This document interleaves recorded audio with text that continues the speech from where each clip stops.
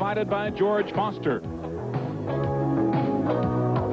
It was a brighter day for New York as the Mets' hopes stayed alive in the National League East. Game 3 saw the Mets look even better, as he has so often, Gary Carter provided the heroics for New York, and they went on to St. Louis for an even bigger series, but of course the Cardinals won it all in '85.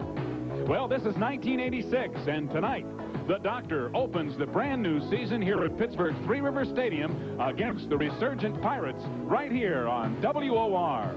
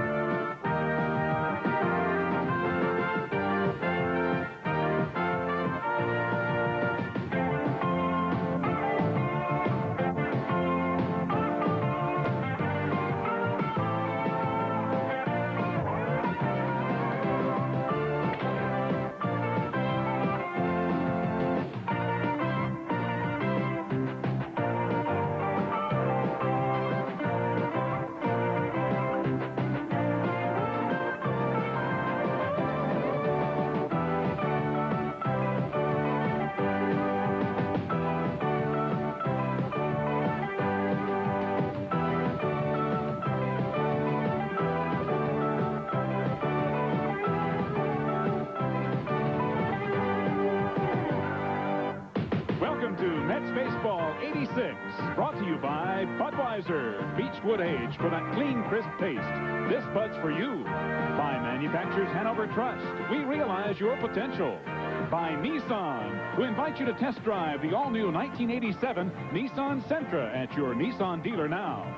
By Purolator Courier, the name to remember in Overnight Express. By Burger King, their new chicken tenders are real chicken fillets, not processed nuggets. By Ivory, there's a pure, natural kind of clean when you lather up with Ivory. By Metropolitan Life and affiliated companies, a leader in insurance and financial services. And by your New York, New Jersey, Connecticut, Tri-State Chevrolet dealers. Live from Three Rivers Stadium in Pittsburgh, Pennsylvania tonight, the New York Mets open the '86 season by taking on the Pittsburgh Pirates. And pitching for the Mets tonight, Dwight Gooden, who was 24-4 in '85 with a league-leading 1.53 ERA. On the mound for the Pirates, it's Rick Russell, a 14-8 comeback season with an ERA of 2.27. Well, hi, everybody. I'm Ralph Kiner, along with Tim McCarver and Steve Zabriskie. And a new era here in Pittsburgh. New ownership, and they're hoping to bring Pittsburgh back like they were in the 60s and 70s.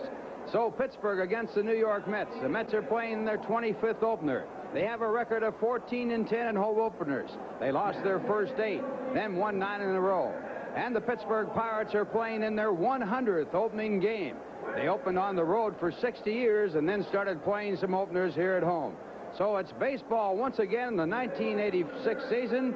The Mets in their 25th year. They have been the world's champions once. They also have played in the World Series one other time, losing in the 7th game to Oakland. When they were the world's champions, they defeated Baltimore in 1969.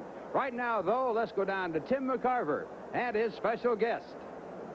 All right, thanks a lot, Ralph. It is my pleasure to have with us here on WOR Commissioner Peter Ueberroth. You have sat across from Soviet negotiators. You have done an impossible job at the Olympics back in 1984. Would it be saying too much or taking it a bit too far to say that you have an equally tough job this year, bringing Pittsburgh franchises like the San Francisco Giants back into respectability? Well, Pittsburgh was really troubled last year. I thought the lawyers would be fighting over where they were playing in this, but there's a rebirth. You know, we set criteria that said we want local ownership with roots. And with the local ownership this group has, they're going to be a franchise to contend with in the future. They may not be a great team this year, but I'll tell you they're going to be competitive. But the crowds, you watch, the crowds will double compared to past years in Pittsburgh. It's going to be a very good franchise. San Francisco still has some problems, but I think we can get that done too. Baseball, you know, the 5 opening days yesterday, all were sellouts. A couple of all-time records, all-time in the history of baseball records. Yankees, I guess, set the all-time record for their opening day, so it's going to be great. And I can't wait to get back and watch the Mets open. Mr. Commissioner, you have made statements that baseball will obviously be drug-free, virtually drug-free this year. Your statement on that? You know, the players have dignity, and they are going to get rid of it. It's not a commissioner. It's not a union. The players have said enough is enough, and most of them, a great majority, never had a problem, and even those few that have had a problem are saying that's behind them, and let's return the dignity to baseball, the dignity that you brought baseball and other great players have brought baseball. So it's over with. And, you know, talk's cheap. The fans will see. There's not going to be drug problems anymore. Commissioner of Baseball Peter Ueberroth. And for the opening day, the opening game of the baseball season in 1986, we'll be right back right after this word from Budweiser. Well, it all started for Pittsburgh back in 1894, their first home opener. This will be their 100th. They opened on the road for 60 years. And their record 54-45. This is their 18th home opener. This will be the 19th. They have had 18 previous home openers, and they have won 11 and lost 7. For the New York Mets, it is their 25th year. They started in 1962. They lost their first 9 ball games in 1962, but they didn't have a Dwight Gooden in those days. First game ever won by the Mets, won by Jay Hook after the Mets were 9.5 games out of first place in 62. And here's the Skydriver coming in for the first ball at Three Rivers Stadium, and we'll let you know how that comes out maybe sometime later on. That is the Pittsburgh Parrot, who is the mascot here in Pittsburgh. Parrots, I thought, could fly. They don't need parachutes, right? That's right. Well, Pittsburgh, quite a city over the years. A World Championship over the Yankees in 1960. Celebrated unbelievably here in this city. Of course, they had been in World Series before. And, of course, they have seen very dry days at times here of late. Last year, they lost 104 ball games, drew only 735,900 people. And Pittsburgh hoping to make a comeback with new ownership. They expect a capacity crowd here tonight. And while we look at the crowd in the field, we'd like to remind you this copyrighted telecast is presented by authority of the New York Mets and WRTV and is intended solely for the private non-commercial use of our audience. Any publication, reproduction, retransmission, or other use of the pictures, descriptions, and accounts of this game without the express written consent of the New York Mets and WRTV is prohibited. And now the Pittsburgh Pirates take the field. Bring it home, Mets. Off to you, New York. And the Mets go into the start of this season as the favorite to be the Eastern Division champions.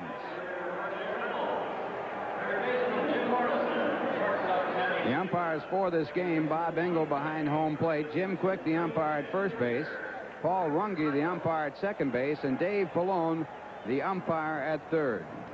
And defensively for Pittsburgh, Sid Bream is at first base. Johnny Ray playing second base. Sam Khalifa is at shortstop. And Jim Morrison playing third. In the outfield, Steve Kemp in left. Joe Orsulak in center field. R.J. Reynolds in right field. And behind the plate, almost hidden by the umpires, Tony Pena. The pitcher, Rick Russell, who had a brilliant career with the Cubs, lost the whole season because of arm trouble, came back last year to be the comeback player of the year with a record of 14-8 and earned run average of 2.27. Rick Russell. And the lineup for the Mets, Lynn Dykstra in there spelling the regular center fielder of last year, Mookie Wilson, who's on the disabled list. Wally Backman batting second. What a spring Wally had. First baseman Keith Hernandez hitting third. Gary Carter behind the plate and batting fourth. Darryl Strawberry, who had 6 home runs against the Pirates last year, hitting fifth. Left fielder George Foster batting sixth. Howard Johnson, the third baseman, will hit seventh. The dependable Rafael Santana at short batting eighth, and Dwight Gooden on the mound. I'll tell you one thing, Ralph, there are 18 hitters in the lineup tonight, 9 for the Pirates and 9 for the Mets. Dwight Gooden and Rick Russell, both outstanding offensive players. Dwight Gooden setting a record for base hits by a Mets pitcher.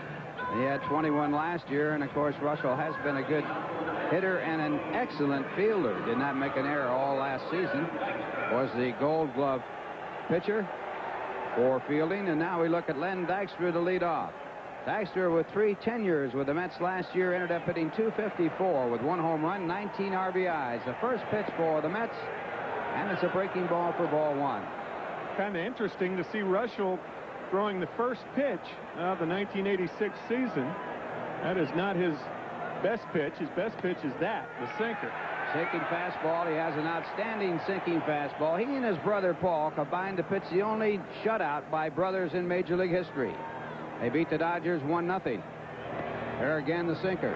My point was Jack Morris of the Tigers probably wishes he would have thrown something other than his best pitch to Dwight Evans of the Red Sox yesterday. That picture in the paper showing him looking over his shoulder after his very first pitch of the year. Wasn't that home wonderful? Run. Now the count at 3-1. Dykstra in 83 games for the Mets last year. Had a fine spring, hit well enough to get on base a lot, and had 8 stolen bases. So Dykstra does his thing as he gets on base, and the Mets have a base runner with no one out. And you can look for Davy Johnson to put him in motion. Backman handles the bat very well, and Russell is an ideal pitcher against whom to hit and run. Always around the plane, a sicker ball pitcher. He hit the ball on the ground, an ideal man for the hit and run. Backman hitting .273 off of last season. 1 home run, 38 runs batted in. Fine hitter from the left-hand side, and he pops it up into shallow left field. Steve Kemp is there, and he puts it away. So Backman unable to put it on the ground, and Dykstra stays at first. Not a good at bat for Wally Backman, hitting the first pitch in the air. No chance for any action there, and it brings up Keith Hernandez. Hernandez with a .264 spring, following last year's season of .309 with 10 home runs and 91 RBIs. Keith set a record for game-winning RBIs last year when he had 24. And back in 1979, he was the most valuable player in the National League. He, along with Willie Stargell, the only time they've ever had co-winners of the MPP. Keith that year led the league in hitting, batting .344. First pitch is strike to Hernandez. Dykstra a fairly good-sized lead at first, and he draws a throw. Rick Russell with an excellent move to first base. He is a very big man, but as you mentioned, a Gold Glove winner last year, moves around very well and does a lot of things to help himself. And a fake and a run, and it's hit into left center field. Tough play. It will be extra bases. Dykstra hesitating at first and second, now being waved in. Khalifa's throw to the plate is not in time, and Dykstra scores. Hernandez goes to third, and the Mets lead 1-0.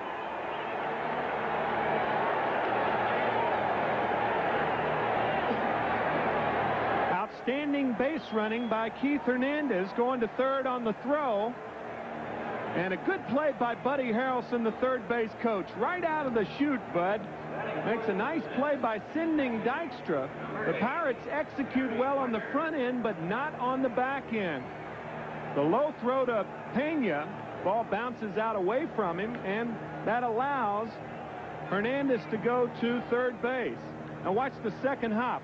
Little short hop. Hernandez takes advantage of it. Dykstra scores. Mets out on top. And the batter is Gary Carter. Carter hit .281 last year with 32 home runs, 100 runs batted in. Hit .298 this spring with a total of 7. Make that 4 home runs. This ball hit in the air to left field. It should score a run. Hernandez tagged up. The throw by Steve Kemp, and it is not in time. And the Mets lead 2-0 as Carter gets his first run batted in of the year. See, that's the advantage of Hernandez going to third base with 1 out, because you're able to score on something other than a fly ball. It'll take that, or something other than a base hit. It takes that base hit to score you with 2 out. Kemp does not have a strong arm, and for that reason, Morrison cuts it off and almost gets Hernandez at home. Keith does not run well. Watch Jim Morrison, the third baseman, cut it off. Good play, but a little late. So now it's Darryl Strawberry at the plate. The Mets leading 2-0, and Darryl takes a called strike. Strawberry last year hitting .277 with 29 home runs, 79 runs batted in 111 games, and this one grounded foul. 2-strike count on Darryl Strawberry. Strawberry this spring hit .276 with 3 home runs and 11 RBIs. Rick Russell back to the plate. And it is just out of the strike zone. It was close. Bob Engel, check Bob Engel on this pitch. He comes up like he's going to call it a strike and then has second thoughts. Was outside. And now the count goes to 2-2. Strawberry had the best home run percentage last year in the National League, a home run of 7 for every 100 at-bats, and another close one as they work him outside. Russell's got to stay outside with the sinker. All sinker ballers usually will stay outside with that pitch, come in for a ball like and that. Another close one. So Strawberry walks. And the Mets keep it going. They are leading by a score of 2-0. A runner on with 2 men out, and George Foster the batter. Second walk in the inning. Batting 6 and playing in left field, number 15, George Foster. Foster hit .263 last year with 21 home runs, 77 RBIs, in 146 games. This spring he hit .259 with no home runs and only 3 RBIs. Former MVP in the National League. And Russell's breaking ball for a ball.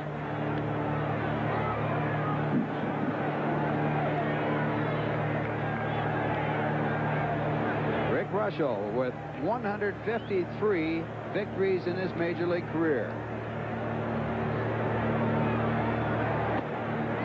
Foster misses the fastball, tied him up with that pitch on the inside part of the plate, and it counted 1-1. Rick Russell tries to work right-handers inside with the sinker, and he goes away bad with the breaking ball. Look for Strawberry to run. And a strike call. This is a good running situation because if you're pitching to Foster, usually you throw him a breaking ball bad in this count, and if he lays off of it, Strawberry will have a free stolen base. We'll see. 1-2 the count, 2 men away. Strawberry with an average lead. He does not go, and it is the breaking ball outside. The count 2-2. Pena, one of the best throwing catchers in baseball. Led the league in assists last year with 100. He had 1,034 total chances, second to Gary Carter. And the fastball in tight, fouls it back. I got one for you. The last time a Pirate catcher had 100 assists in a season, back in 1922 when Johnny Gooch did it. Remember John well? Ring a bell? Johnny was a coach when I broke in with the Pirates in 1941. 2-2 pitch. In tight. Did he swing? Yes, he did. And that's all for Foster. That's all for the Mets, but they get 2 on 1 hit. And they leave 1. The score at the end of 1/2 inning, the Mets 2, the Pirates coming up. Now here's a word from Manufacturers Hanover Trust. Mets take the field. They have Keith Hernandez at first base. Wally Backman playing second base. The shortstop Rafael Santana. Howard Johnson at third. George Foster in left field. Len Dykstra the center fielder. And Darryl Strawberry in right. The catcher Gary Carter. And on the mound, it is the phenomenal Dwight Gooden, who last year won 24 and lost only 4. He led the league in that department. He led the league in ERA at 1.53. So it'll be R.J. Reynolds playing in center field. Last minute switch defensively by Lee Leyland, the manager. And the fastball for a strike. And we'll try to give you the lineup quickly. Joe Ursulak hitting second, followed by Johnny Ray. Sid Green batting fourth, Steve Kemp fifth, Tony Pena, Jim Morrison, and Sam Khalifa batting eighth. And, of course, Rick Russell, the pitcher, as we said, a good hitting pitcher. 2 strikes to count. Reynolds last year hit .282 overall with 3 home runs, 42 RBIs. He came from the Dodgers during the season. This ball hit the deep right field. It's way back. It's going. It is gone. Goodbye. R.J. Reynolds.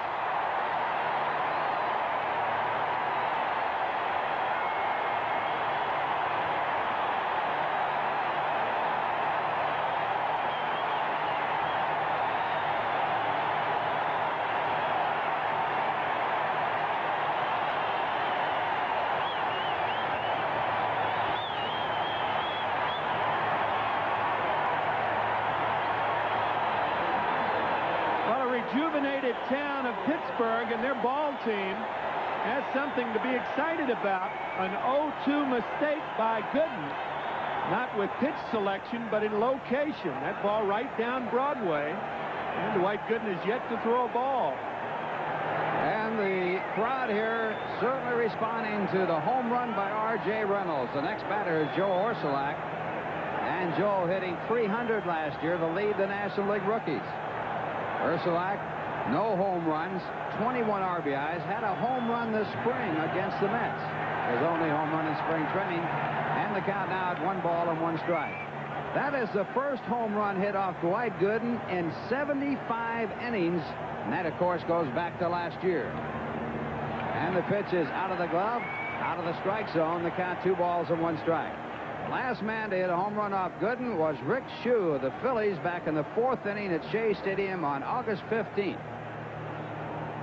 That is only the 3rd earned run given up by Gooden, dating back to last year, in a long, long time. And now the count at 3-1.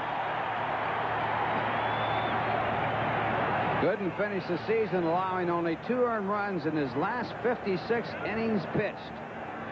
But he did not have a good spring. He did, however, have a good outing against Minnesota, where he pitched 7 innings. And he gave up 4 hits and no runs. That was his last time that he pitched. And it's bounced back to Gooden and flagged down by Dwight. The throw for the out.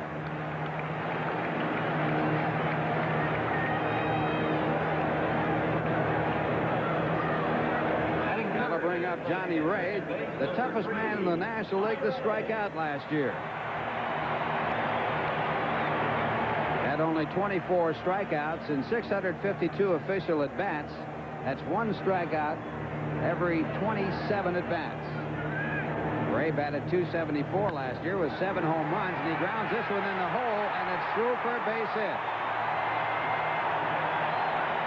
So the Pirates, after dropping behind 2-0, respond with a run in on the home run, and now another man on, the tying run on. This ball down and in. Backman playing a little towards second. You have to do that with Gooden pitching because you don't expect left-handers to pull him that much. And on the rug, it creeps through there. That'll bring up Sid Bream, the first baseman. Jason Thompson traded away by Pittsburgh to make room for Sid, who was acquired from the Dodgers. Bream last year hit .230. 6 home runs, 21 RBIs. Batted .284 for the Pirates last year with 3 home runs. And he hits it in the air to left. Playable for Foster.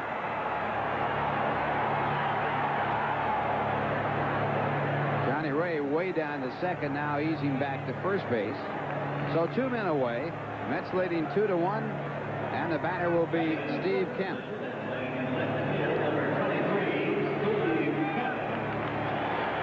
Kemp batted .250 for the Pirates last year in 92 ball games.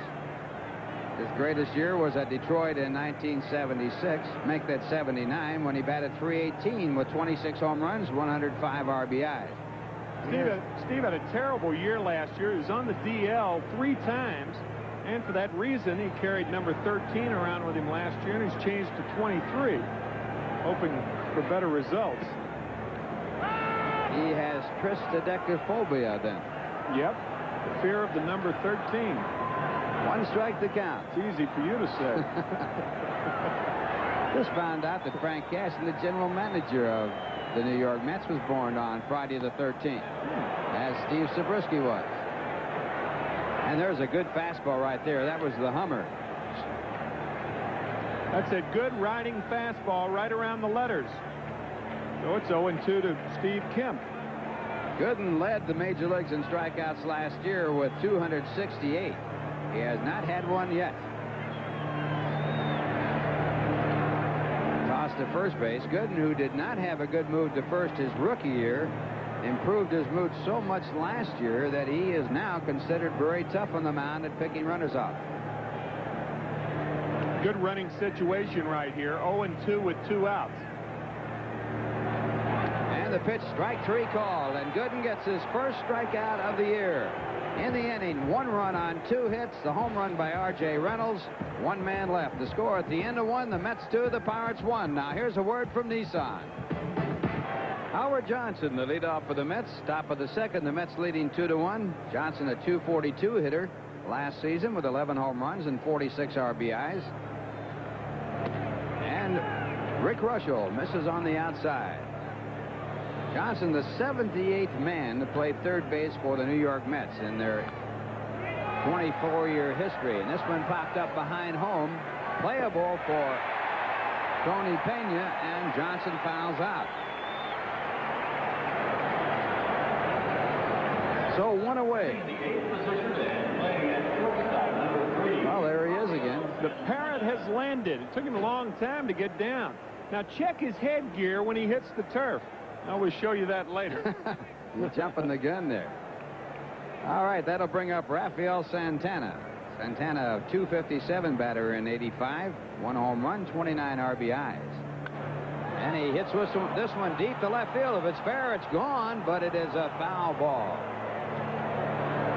Santana hit his 1 home run off of Guente, a Pirate relief pitcher last year. Cecilio Guante.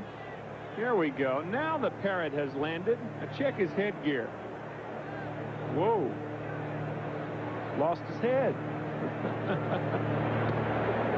Russell back with the fastball inside. The count 1 ball, 1 strike.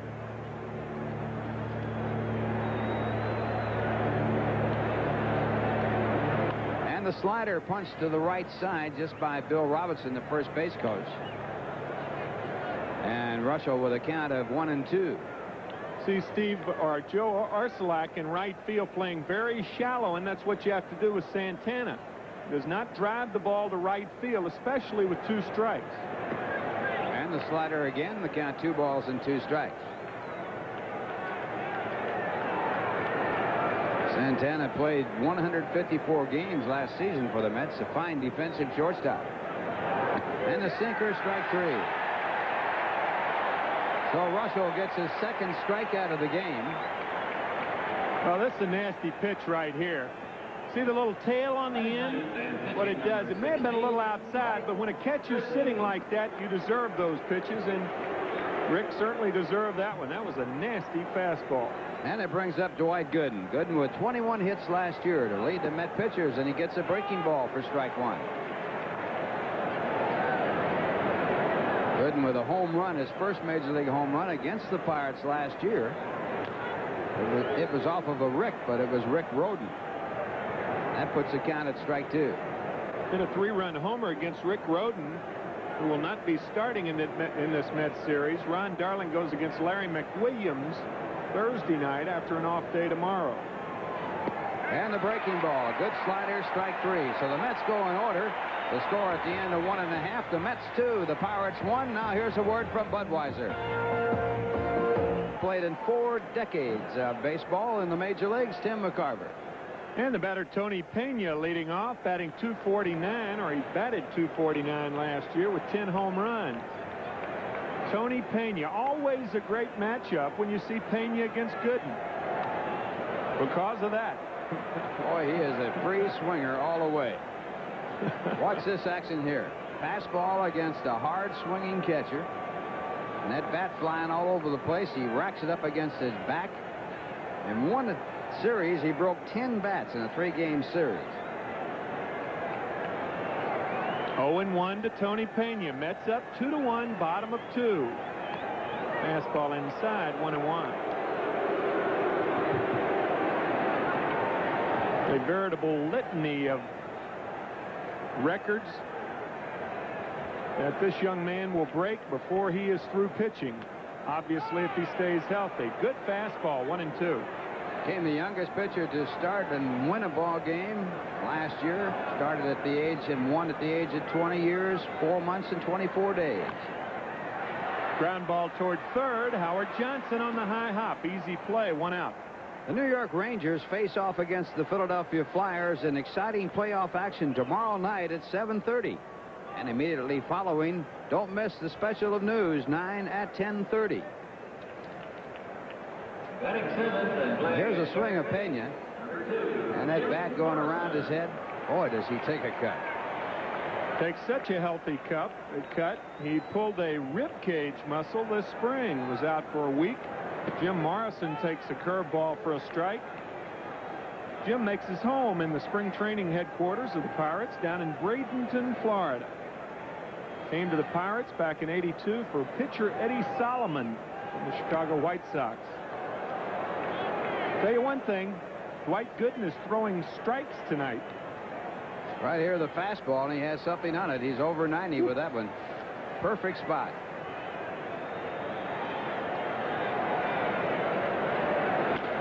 Fastball down the middle. Santana, 2 out.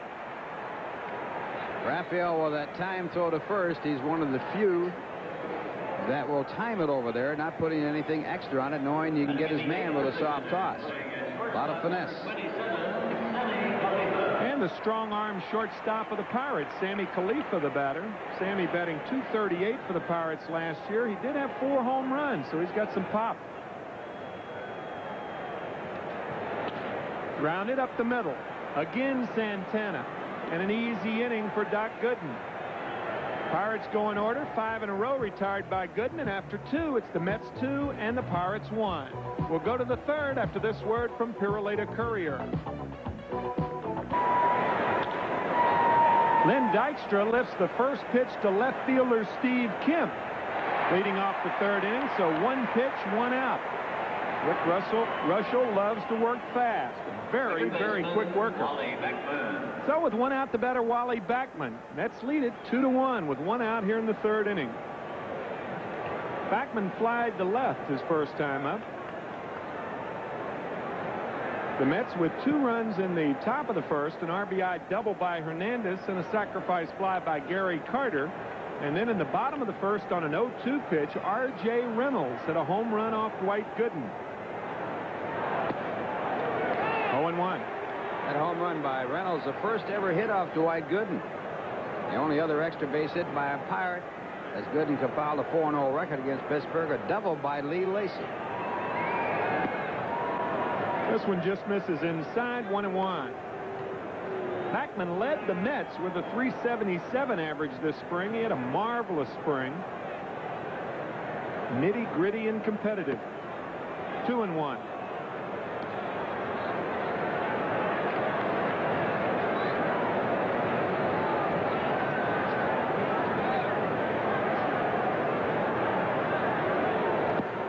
Swing and a miss. Took something off that sinker. 2-2. Talk about a great story. Dwight Gooden in '85. Well, Rick Russell was a pretty big story himself. 4th in the National League and earned run average with a 2.26. Curveball fouled off.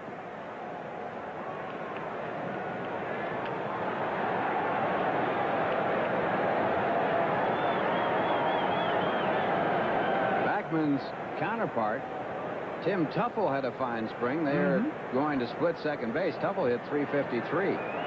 Tim Tuffle, the probable starter at second base on Thursday night against the left-hander Larry McWilliams, opposing Ron Darling. Another one tapped foul, so it's still 2-2. Mets going with a 24-man roster, as are all the other clubs in the National League. That's 1 less than the amount allowed. And the Mets will 2 platoon at second and 2 platoon at third. Ray Knight with the left-handed, or the switch-hitting Howard Johnson. And Backman fouls another one back. So he's hanging tough. Keith Hernandez with an RBI double his first time up is on deck.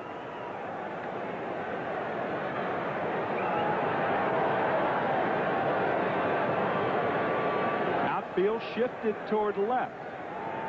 And it's inside. So the count's full to Wally Backman. Backman pulling the ball more this spring, working on it too, and doing a good job.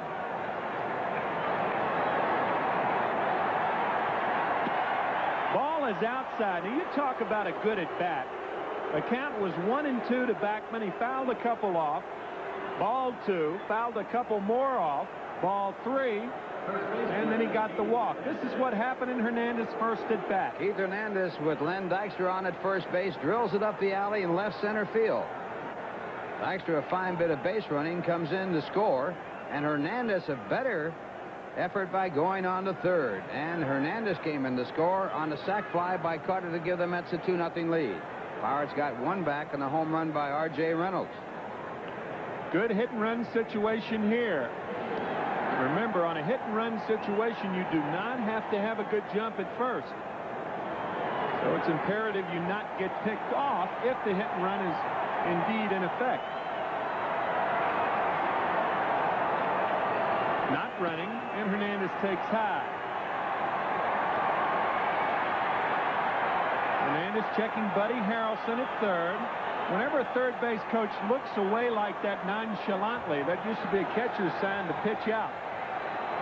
Trying to decoy you. Yeah, right. Nothing's on. Don't worry about a thing. We're not going to do anything. You got it. So look for Backman to run. 2-1 Mets. One out. Backman at first, top of the third. Not running. And a curveball misses. 2-0. A lot of times the hit-and-run sign or even the steal sign will be when the third base coach walks away from you, not even looking at you. Yep.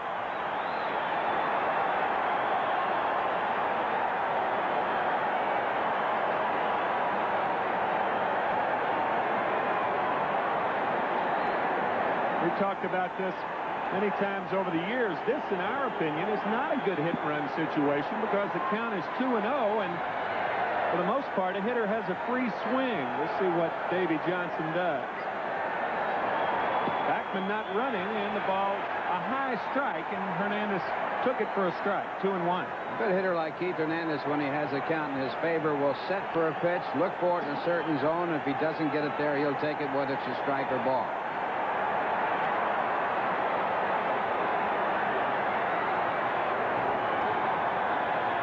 Hernandez steps out. He had something in his eye. It's a bit windy here in Pittsburgh. I'd say between 50 and 55 degrees, enough for Ralph Kiner to be donning a sweater vest. Strike on the inside corner, so it's 2-2 to Keith Hernandez. We're going to go to the wool because it's going to get down to about 35 degrees tonight. Here's a pitch right here. It goes around the inside part of the plate. 2-2, one out.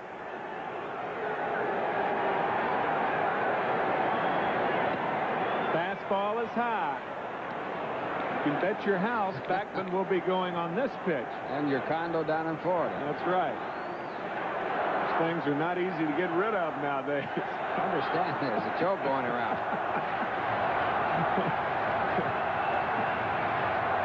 There goes the runner. The ball is low, and Rick Russell has walked in 2 1/3 innings, his fourth batter. And last year, he averaged 2 walks per 9 innings. Very uncharacteristic of Russell. He has struck out 3. He's walked 4 and given up only 1 hit. The Mets have the lead 2-1. Gary Carter with a sacrifice fly and an RBI his first time up. He drove in 100 last year. And a happy birthday to Mr. Carter. 32 years old today. Strike 1. On opening day games, Carter is at .341 with 6 home runs. And 6 times he has opened the season on his birthday. Overall, he's played 11 opening day games. Fouls this one off, so it's 0-2 to Gary. He won the opening day game against the Cardinals last year at Shea Stadium with a 10th inning home run. Incidentally, in that game, Gooden gave up a home run to Jack Clark. In his first at bat, leading off the 2nd inning. Darryl Strawberry on deck.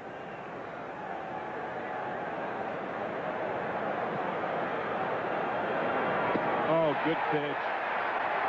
Carter goes down on strikes. 4th strikeout for Rick Russell. And the batter will be Darryl Strawberry. Goes to the fastball here to get Carter. And Carter coming back to the bench as Russell has really been pitching well. Darryl Strawberry walked his first time up.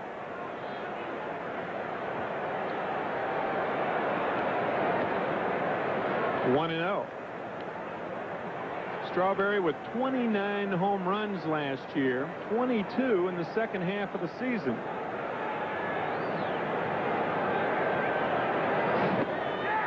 Swings from his heels, 1-1. Darrell out of action from May 11th to June 28th. Missed 43 ball games last year and still came up with fine numbers: 29 home runs, 79 RBI. Tore the ligament in his right thumb. It's still bandaged and still giving him trouble. That's a high strike, and Strawberry didn't agree with home plate umpire Bob Engel. Well, let's check it out again. I'd have to say it's a strike. Yep. You got 6'6" at the bat, right? 6'6", 195 pounds. Darrell Strawberry. Swings and fouls it, and Pena drops it. And an interesting point. You see where Wally Backman is. Wally is retreating to second base now. But that's a very interesting point because it was 2 strikes and 2 outs. And he went all the way to third base, taking nothing for granted. Very key play when you're on second and there are 2 strikes and 2 outs. Whenever the hitter starts that swing, you take off. 2-2.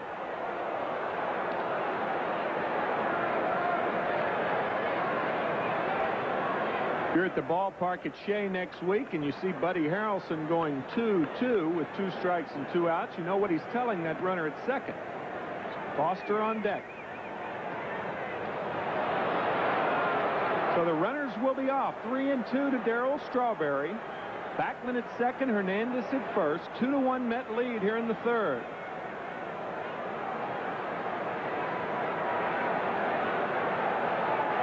There go the runners, and Strawberry draws his second consecutive walk.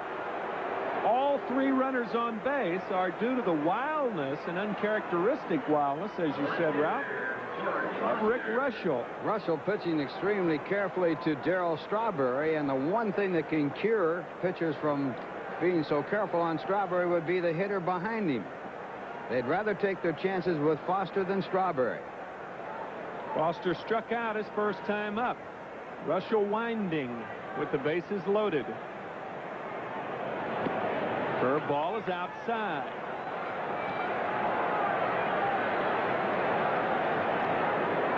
Foster has 12 Grand Slam home runs, second to Dave Kingman as far as active Grand Slam home runs.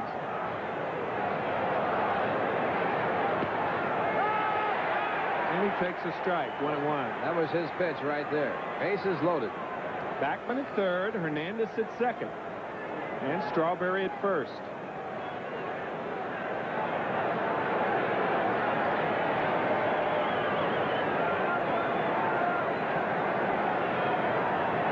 George had a Grand Slam home run against Ray Fontenot of the Cubs last year. And he fouls this one back. You see that 1-0 pitch right down the middle you take, and now on a 1-1 count you give the pitcher a chance to make his pitch, and that was Russell's pitch. That was a very tough pitch to hit high and inside, all working in on your hands. 1-2 to Foster. 2 out, bases loaded.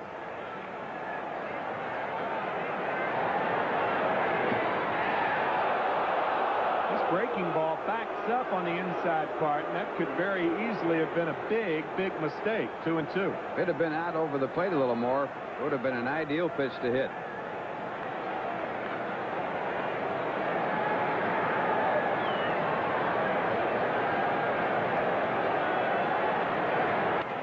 Check swing, fouled down the first base line. Sid Bream feels it. But it's still 2-2 to George Foster, and he may have broken his bat. We'll see. Yep, you can see it right in the handle. Strange place for a bat to break. Usually on check swings down on the end. You mentioned Tony Pena breaking those 14 bats in that 7-day road trip, and this is how Tony does it. Right here, it's right off the end of the bat. Fortunately for Foster, it's off the end of the bat. No swing of any consequence, and that ball going foul keeps him alive.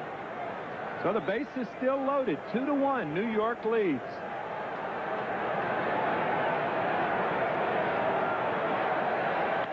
Grounded towards second. Johnny Ray takes it himself. So Foster is now stranded 5 and 2 at bats. As the Mets go down, they strand 3 here in the third, but they lead 2-1 after 2.5. Now here's a word from Newsday. Well, the bad news is that the Mets home opener on April 14th is sold out. The good news is that the Mets are having another celebration on opening day number 2 for you to see baseball like it ought to be. On Wednesday, April 16th, the Mets take on the National League champion Cardinals at 1:35 p.m. The festive atmosphere of Shea Stadium that day will include all the hoopla of opening day, including marching bands, bunting, color guards, and yes, even Rodney Dangerfield will make his long-awaited return to Shea Stadium. Rodney is the perfect host for opening day, too, because neither one gets any respect. But with opening day sold out, what can you lose by sharing an afternoon with Rodney and the Mets? Plenty of seats are available for opening day, too. Call 718-507-TIXX for all ticket information. That's opening day 2, Wednesday, April 16th at 1:35 p.m. And a big treat also, the home weekend of the Mets' 1986 season is Snapper Calendar Weekend. The first weekend, all fans attending the Mets-Phillies game on Saturday, April 19th, and Sunday, April 20th, will receive a handsome Mets calendar courtesy of Snapper, Moores, Tillers, and Tractors. This unique calendar takes you from opening day through the playoffs and World Series right to next year's spring training. So come on out to Shea for Snapper Calendar Weekend, and here's how you can do it. For tickets, call 718-507-TIXX. Easy to remember. Rick Rushell, a good hitting pitcher, will be the first batter to face Dwight Gooden here in the third inning. 2-1 ball game. Mets on top. Fastball for a strike.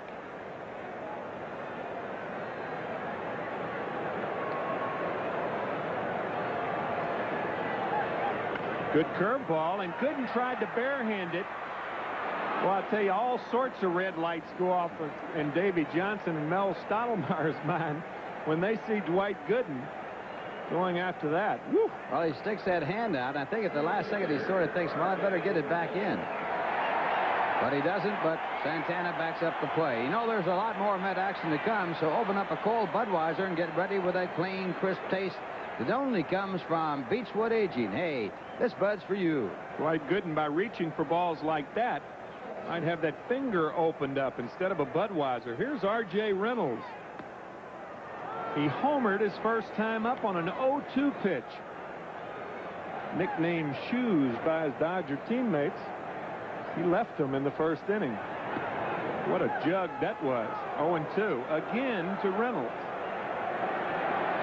He was in the Madlock trade that saw Bill go to the Dodgers and solidify that ball club. It opened it up for Guerrero to go back to the outfield, and that's when the Dodgers got hot last year. Now Guerrero on the DL and maybe out for 3 months. Another curveball got him looking. So Dwight Gooden, not making that mistake again, throws a nasty curveball on this 0-2 count. And Gooden picks up his second strikeout. And when you hit a home run off the fastball, Gooden says, I'll show you something else. And he did, a curveball. Here's Joe Orsulak, who led the Pirates in hitting last year with the .300 average. Fine young player. A bunt attempt. And usually with 2 out and nobody on, it's not a good idea to bunt, but Orsulak, with 24 stolen bases last year, can stretch a single into a double. And no major league home runs. Right. He was second to Mark Salas for Rookie of the Year lead in hitting. Salas hit actually just a couple of percentage points, decimal points more. Salas hitting .300 and Orsulak hitting .2997. Mark Salas, the catcher for the Minnesota Twins, or one of them. And it's 1-1 to Joe Orsulak. Opening day of 1986. An unusual 6:05 starting time. Grounded inside the bag. Orsulak's going to have at least a double. He's going to go for 3. Dykstra alertly backing up that play, and Dykstra made a heck of a play. Otherwise, you might be thinking of 4 bags instead of 3. Well, the ball punched right over third base, and down the line, it hits something on the fence out here and bounces directly at a 90-degree angle. Foster can't catch up with it. Dykstra, coming from center field, cuts it off, and Orsulak in with a 3-base hit. Just inside the line. Now watch Dykstra. There's that hop off the fence, hitting that post. And Dykstra in pursuit, cuts it down. Could have been an inside-the-park home run. That's only the third extra base hit by the Pirates off of Gooden in his career. Here's Johnny Ray. He singled his first time up. 0-1. Johnny Ray with a chance to pick up an RBI. Unusually, and it shows you, I guess, why the Pirates lost 104 games last year. Ray led the team in RBIs with 70. 1-1.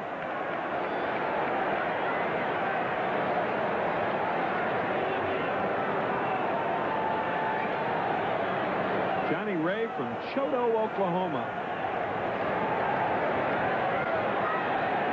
Attended the University of Arkansas. And he lines one foul down the third base line. Boy, you talk about a good piece of hitting on that particular pitch.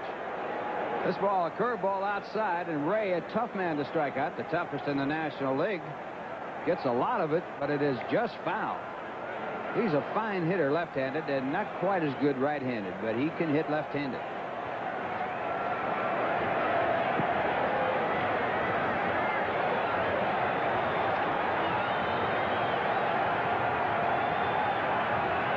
One and two to Johnny Ray. Curveball tapped. Gooden should have the play. And Hernandez covering. So Gooden pitches out of mild trouble here in the third. No runs a hit, one left after three. It's 2-1 Mets. Now here's a word from Budweiser.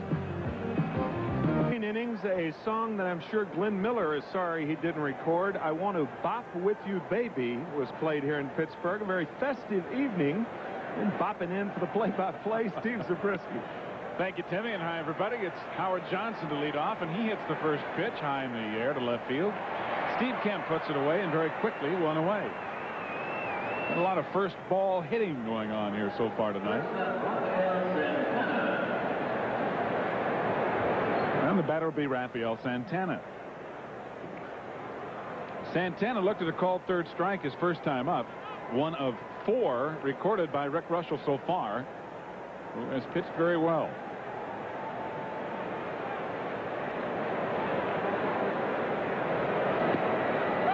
And a strike call. It is just amazing that Rick Russell can come back and have the durability that he's had. Not only the success, he had 9 complete games last year. Swing and a miss on an inside pitch, and it's 0-2. He was a guy who missed the entire 1982 season. Member of the Yankees at the time. Just about everybody had written him off. It's low. 1-2. More inclined because of his age. True. When you're young and you get hurt, they say you can bounce back, but not so when you're older.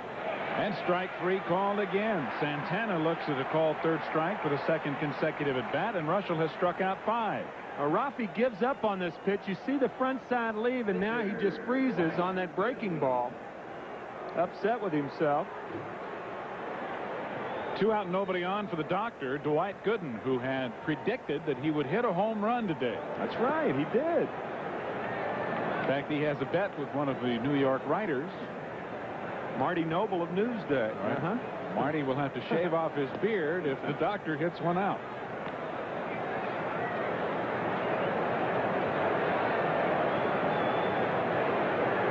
Two balls, no strikes. Dwight struck out swinging his first time up. Grounded up the middle, and a base hit into center field. Well, I wonder if Marty will have to at least trim it now. Maybe wear a mustache, huh? Take a 4th of it off. Kind of hate to root against Gooden, but you kind of hope he doesn't hit a home run. We might have to look at the real Marty Noble for the rest of the year. That's a nasty sinker, and Gooden fights it off. I'm sure I won't hear about that one. Right. Well, that's only the second base hit for the Mets off Rick Russell, and here's Len Dykstra with Gooden at first and 2 out. Dykstra's 0 for 1.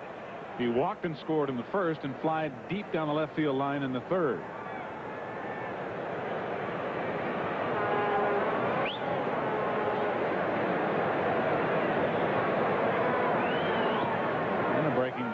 steps in there for strike one.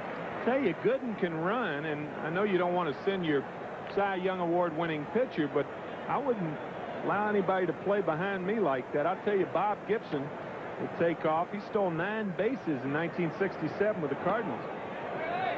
That's a little bit high and away, and it's 1-1. Yeah, first baseman Sid Bream is sort of semi-holding Gooden. He's staying there until Russell's ready to pitch and then moving back. Foul tipped into the glove of Pena, and the count 1-2.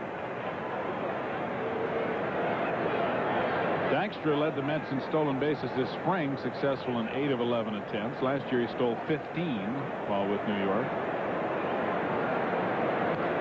And he fouls this one right back below us, and the count holds at 1-2. How about the crowd here tonight, Steve? Isn't it wonderful?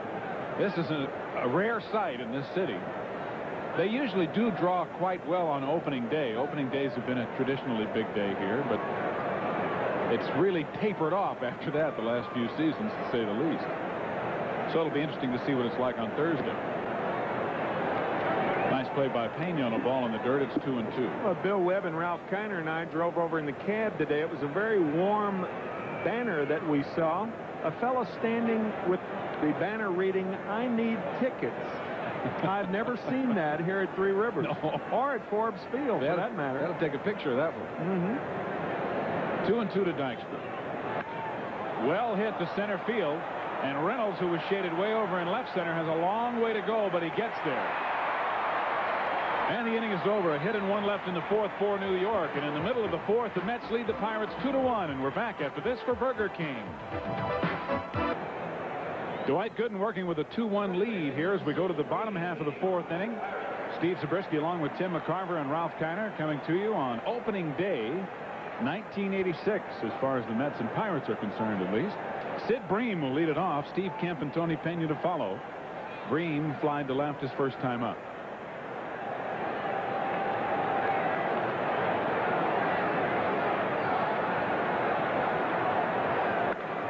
And it's ripped down the right field line, and a fair ball into the corner. Strawberry waits for it, and here's a throw to second. And Bream is in there with a double.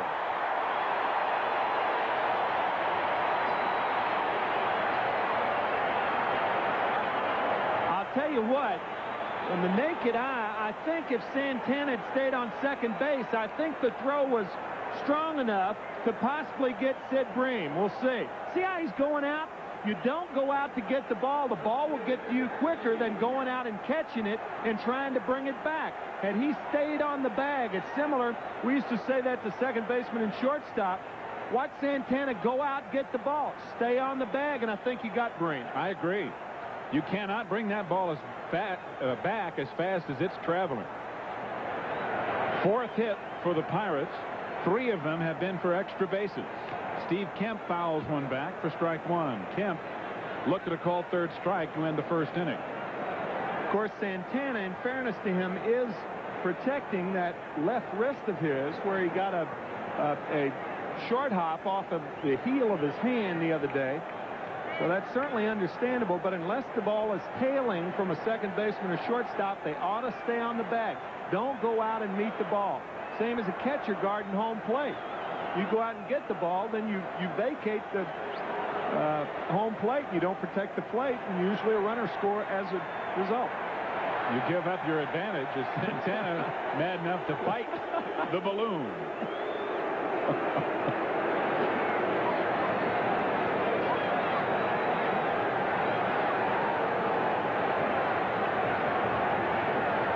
Bream at second with the leadoff double. Nobody out here in the bottom of the 4th. 1 strike, the count to Steve Kemp. Hit high in the air to left. Foster doesn't have to move very far. And there's one away as Bream goes back to second. Guys like Sid Bream and Sammy Khalifa, Joe Orsulak, not necessarily name players around the league, and this club has reminded me of Butch Cassidy and the Sundance Kid. They kept saying, who are those guys? And this could be that kind of team this year. Yeah. And sneak up on some people. Or at least be tough to shake. Lost 104 games last year, the most of any other Major League team. The most in the American League. The Cleveland Indians lost 102. But they're out of the box in a hurry this year, beating the Orioles yesterday, 6-4. Tony Pena grounded to third back in the second inning, batting here with Green still at second, now 1 out. And a fastball from Gooden misses low, but not by much. 1-0.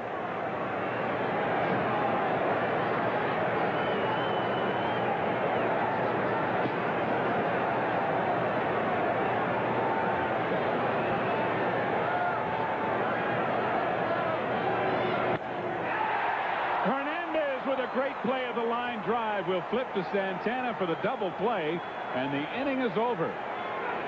Pena hit it like a rocket, but Hernandez turned it into 2 outs. 2-1 after 4. The Mets lead it. Now here's a word from Nissan. Wally Backman will lead off the top of the 5th inning for the Mets. New York leading it 2-1. Backman hits the first pitch on the ground. Nice play by Breen, who retires him unassisted, 1 away. Now let's go back and look at that inning-ending double play off the line drive by Tony Pena. Of course, the alertness of Keith Hernandez never a problem.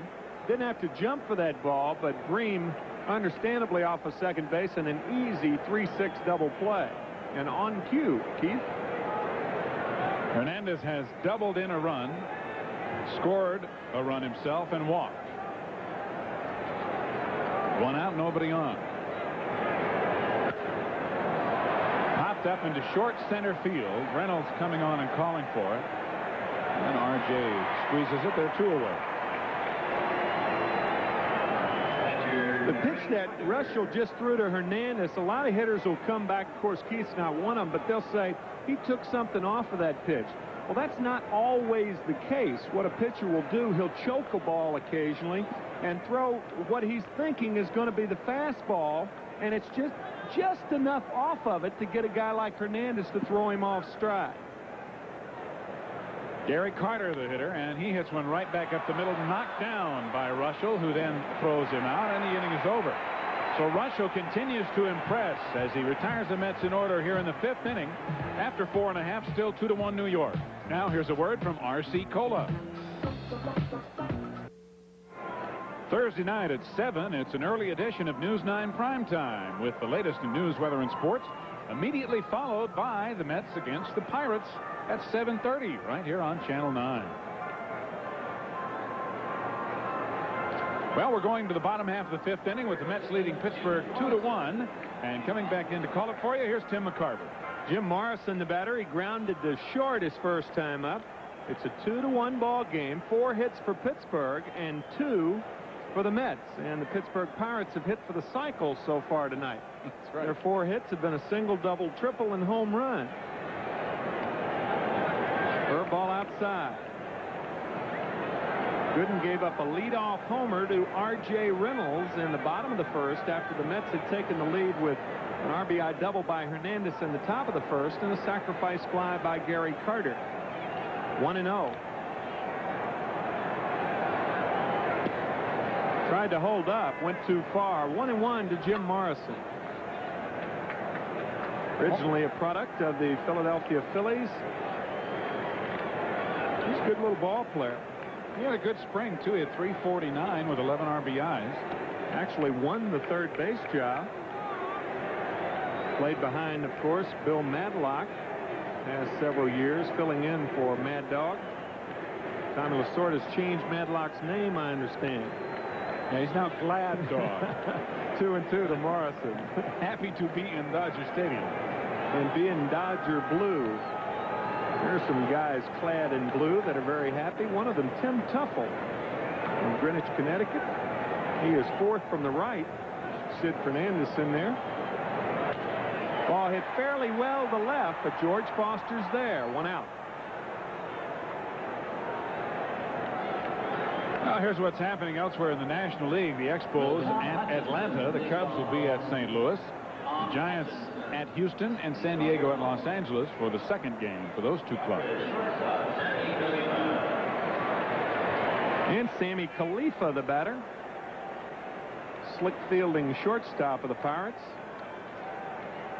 Sammy also grounded to short his first time up, and he lifts this one to right. Strawberry there. 2 out.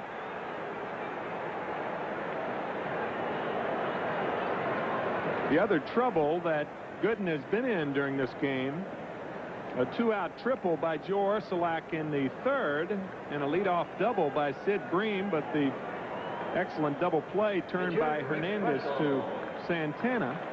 So the batter will be Rick Russell. Hey, fans, a great way to reward yourself after the game, win or lose, is with the clean, crisp taste of a Beechwood-aged Budweiser. Yes, sir, this Bud's for you. And Russell fouls it back. Rick grounded one up the middle his first time up. Gooden wanted to barehand it. Pulled his hand back in time, even though it did get a piece of his hand, but he's all right. Santana threw him out. 1-1.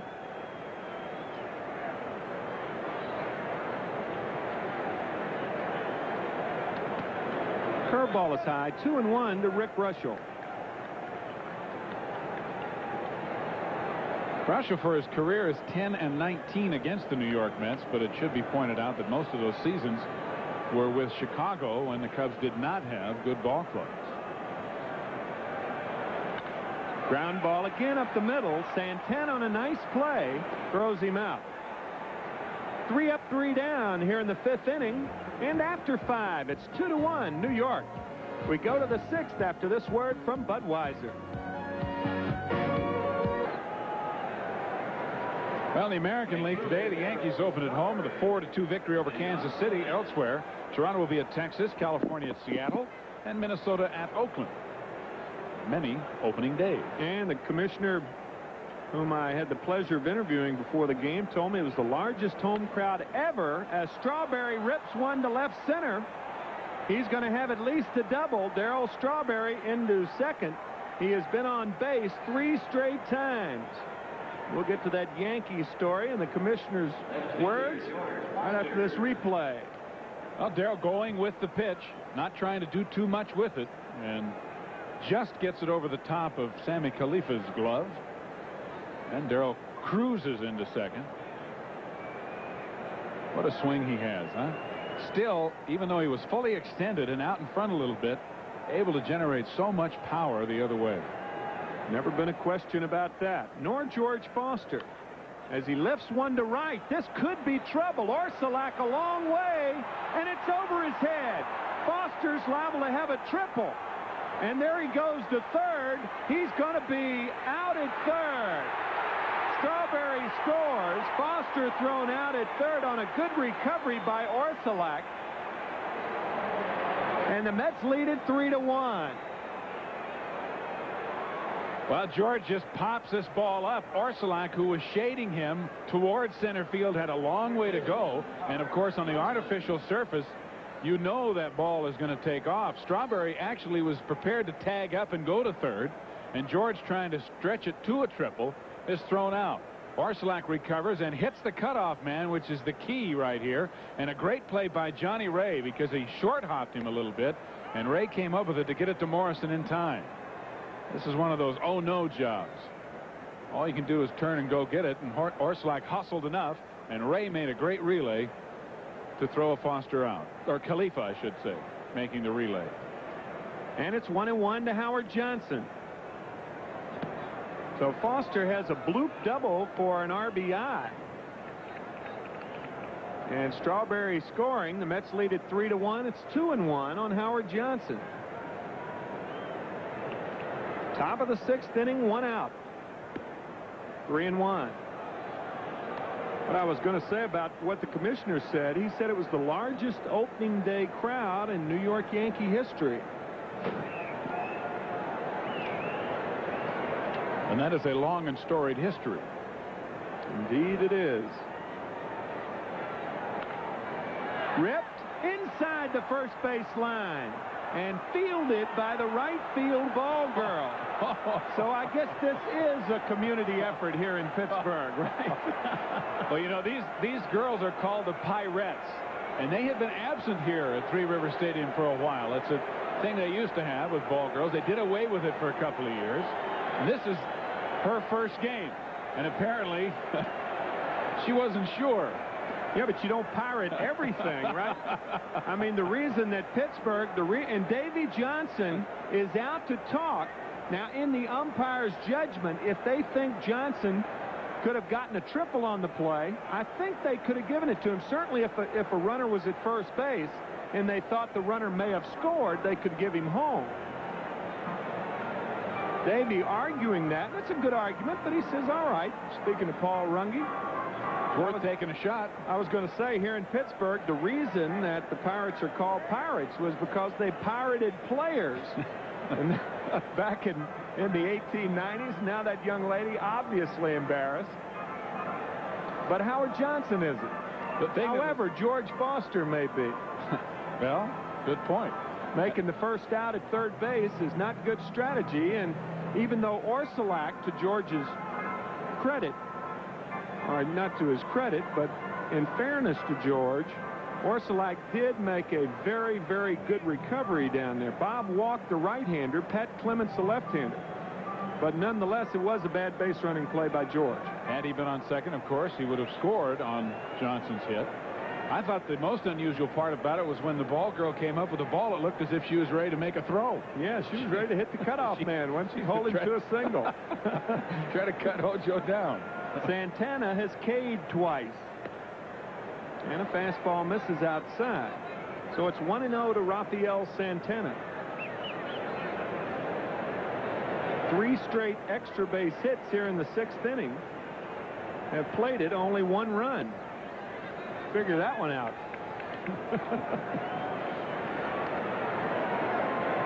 Obviously, because Foster was thrown out. 3 straight doubles.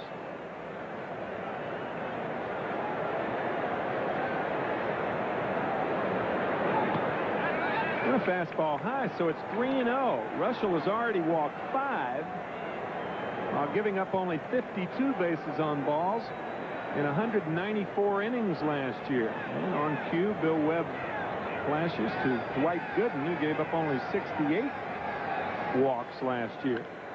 Well, he's swinging 3-0, and he taps it to short. And Khalifa throws out his counterpart for the second out.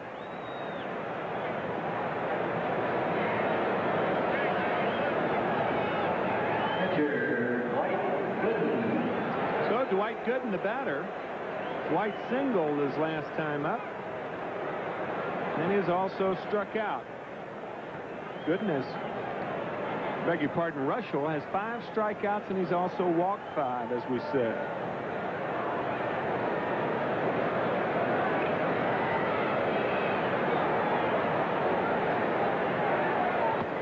Swings and misses. Dwight hit .226 last year with a home run, 9 RBIs, a club record 21 base hits, but he is not nearly satisfied with that. Grounds this one off the end of the bat. Sam Khalifa up, and he throws good now. 1 run on 3 straight doubles here in the 6th inning. The Mets have a 3-1 lead going into the bottom of the 6th, and we'll carry that for you after this word from the 9X Business System. Peter Ueberroth on hand for the game tonight. He threw out the first ball here in Pittsburgh. And the mayor of the fine city of Pittsburgh, Richard Caligiuri, to Peter's left. And the batter will be R.J. Reynolds. R.J. 1 for 2. Home run, his first time up tonight. And a curveball is high. 1-0 to R.J. Reynolds. 3-1 Met lead, bottom of the 6th inning. Gooden has given up 4 hits. And that ball is close, and it's 2-0 to Reynolds. Woo. Reynolds almost moves the wrong way on this pitch. Just does get out of the way. Well, that is a big league breezer right there. I think you call it right, Steve. I think he moved into the ball. That ball was really, as it showed on the replay, not that far inside. Bob Gibson used to say to hitters, just think out there. Don't be going out there. 2-0. swung from his shoes again. They nicknamed him, as you look at the Pirate Parrot, who has some funny-looking shoes, they nicknamed him Shoes in L.A. because he has a vast collection of footwear. Nicknamed by his Dodger teammates. And that's only one pair. And not the pair, not the type of shoes that his teammates are talking about. Yeah, those are good, too. Those are bad shoes right there. Those are bad feet. It'd be bad in Holland. 2-1. Rip past Hernandez. Strawberry up with it, and Reynolds is going to have his second extra base hit of the night, a double hit to lead off the 6th inning.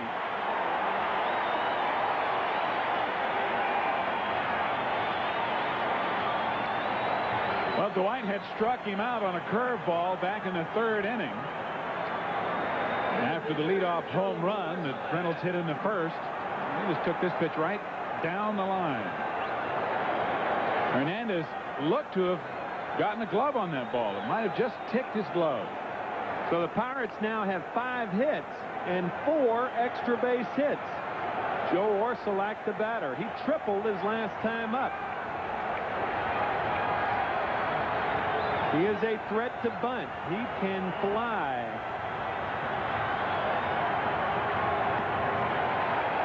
One and 0. Orsulak coming off a strong spring where he hit .390. He, along with Johnny Ray, who also hit .390, leading the Pirates in hitting this spring.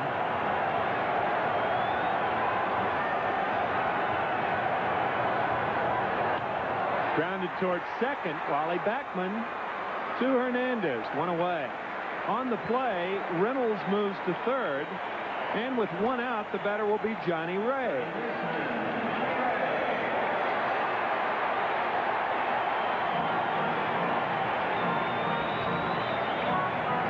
It looked as if Dwight Gooden said something about his fastball to Keith Hernandez. Hernandez has been known to come in and talk to Gooden, and Dwight has appreciated the encouragement that Keith has given him. And it appeared as if Dwight was telling Keith something about a problem with his fastball. It's rare for him to say that. He appears to be throwing very well. 1-0. Johnny Ray last year, 7 home runs, and in his career, if you're thinking home run now, he has hit 25 home runs and only 1 as a right-handed hitter, so a strong side from the left side. 1-1.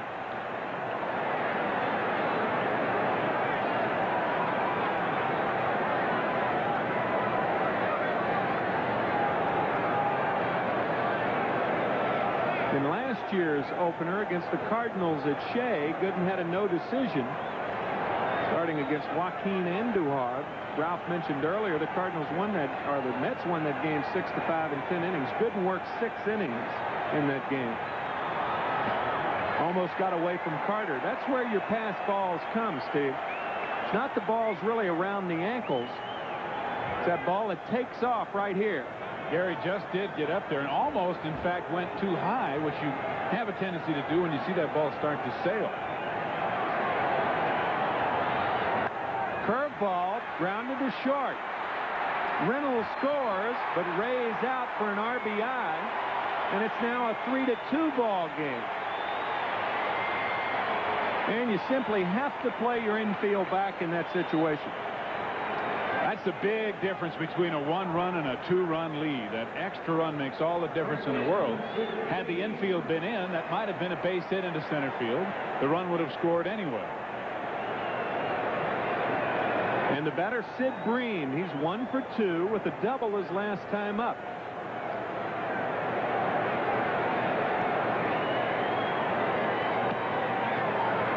You know, the characteristics of Bream, as we check the doctor, who has struck out only 2 tonight. He's walked no one.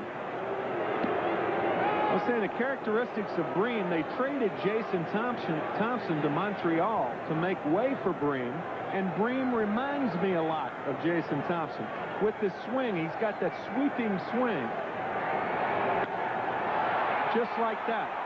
That sweeping swing with not a lot of power the other way as Foster makes the catch. But the Pirates do score one on one hit. And after 6, it's 3-2 New York. Ralph Kiner joins Steve after this word from Manufacturers Hanover Trust.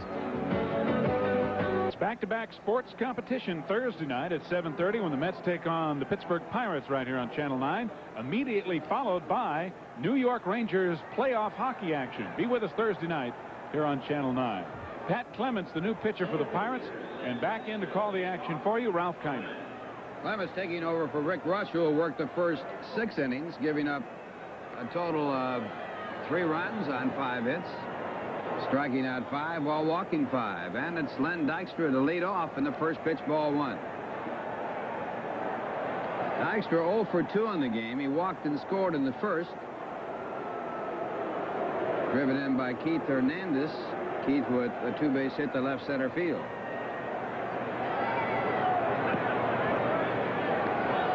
Two balls, no strikes.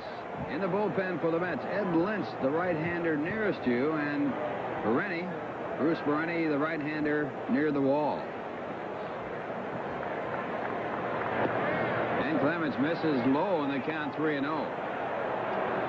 Pat Clements was 5-0 with the California Angels last year and then came to Pittsburgh where he was 0-2 in 27 games. Had 2 saves last year. And it's ball 4, walked him on 4 pitches. So the Mets have Dykstra at first with no one out, leading by a score of 3-2 in the top of the 7th inning. And the batter will be Wally Backman, batting from the right-hand side. Wally hit .324 left-handed last year and only .124, 100 points lower, right-handed. He is in a bunting situation right now. Russell, incidentally, went 6, gave up 3 earned runs on 5 hits. He struck out 5 and walked 5. Pirates looking for the sacrifice. Backman squares, bunts it perfectly out to the first base side. Bream has it. And the throw to the second baseman, Ray, covering it first for the out. Dykstra moving down to second. So the Mets with a runner at second on the sacrifice. And Keith Hernandez coming up. You know, that play, Ralph, points out what is often the difference between a contending ball club and an also-ran. The ability to do the routine things on a daily basis. And I think lately in baseball, maybe the last decade, I don't know, maybe less, some of those things I think have been overlooked a lot and discounted somewhat. And also the other side of that coin, a pitcher walking the leadoff batter leads to trouble. And that's not doing the routine thing and the regular thing, which is the importance of getting the first out in the inning. So Keith Hernandez, who has the game-winning RBI at this point in this ball game, set a record last year when he had 24. Now in a position to drive in another run. Keith drove in the first run of the game with a double. And Clements misses with a breaking ball. 5 in a row out of the strike zone. Keith has doubled, walked, and flied out to center field.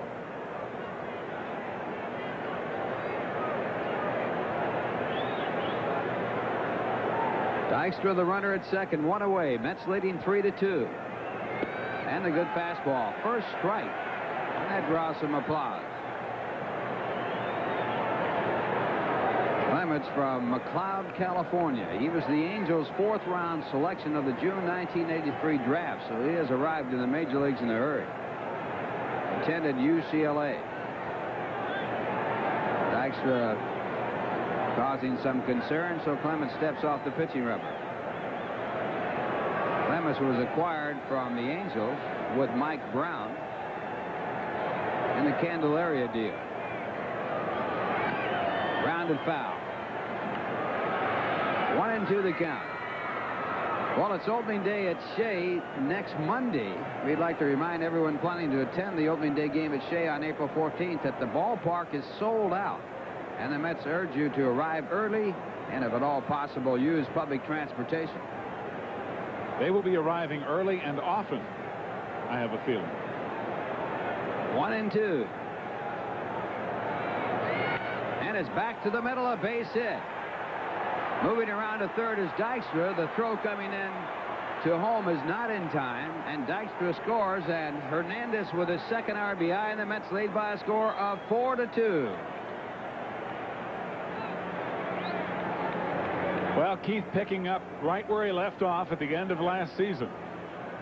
And what a key man he is, and what a fine piece of hitting by Hernandez, who controls that bat as well as anybody.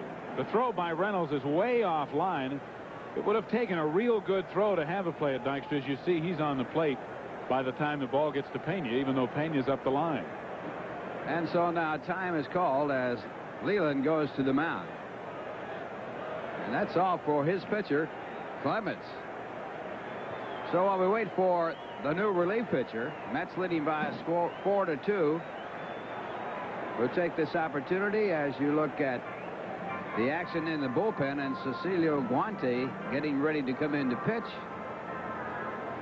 Mets leading 4-2 on 4 runs on 8 hits. They've made no errors. The Pirates have 2 runs on 5 hits, and they've made no errors. So we'll be back in just a moment right after this message. Right after Mets baseball on a post-game edition of News 9 Primetime, results of our Opinion 9 question. Who will win more games this year, the Mets or the Yankees? If you say the Mets, call 1-900-210-1900. If you think the Yanks, call 1-900-210-1909. There's a 50-cent charge for each call. Stay tuned for News 9 Primetime right after the Mets game.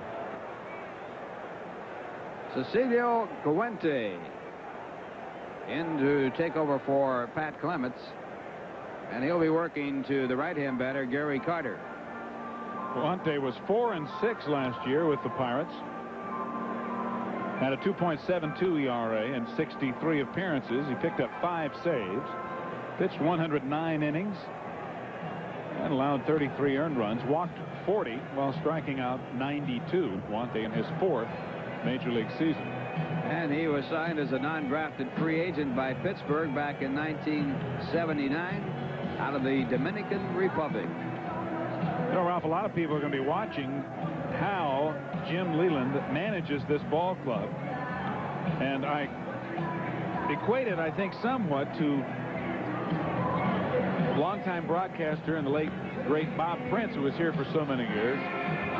Whoever followed Prince as far as an announcer was a tough act to follow. And I think in some respects, whoever follows Chuck Tanner anywhere has a bit of a problem, because Tanner has such a great reputation. Of course, the club did not have great success last year, so there's not that kind of pressure on Leland in his first Major League managerial job. But the manner in which he manages, I think, is going to be open to a great deal of scrutiny, especially since it's his first job. He doesn't have the patience that Tanner has. Very punctual type man. And now taking over after the Pirates had lost 104 ball games under Chuck Tanner. He calls himself a gut manager, and I guess that means that he is more reactive and tends to go with hunches more than playing it by the book. He might have a lot of stomach aches after his first year here. Might need a little regular medication, a la Davy Johnson. And now Gary Carter, the batter. Gary is 0 for 2 with an RBI, and he hits it off the end of the bat foul. Carter, 32 years of age today.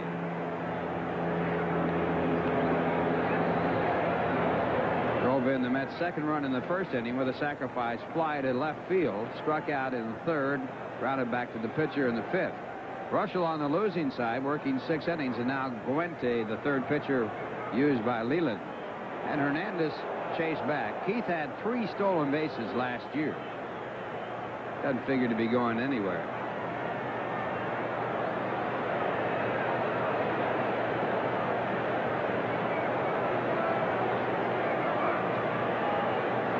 Mets' first opening day win was back in 1970, and it was against Pittsburgh. Good slider. And it's strike 2.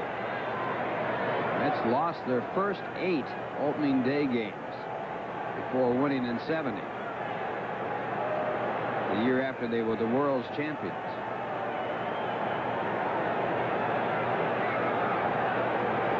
Two strikes to count.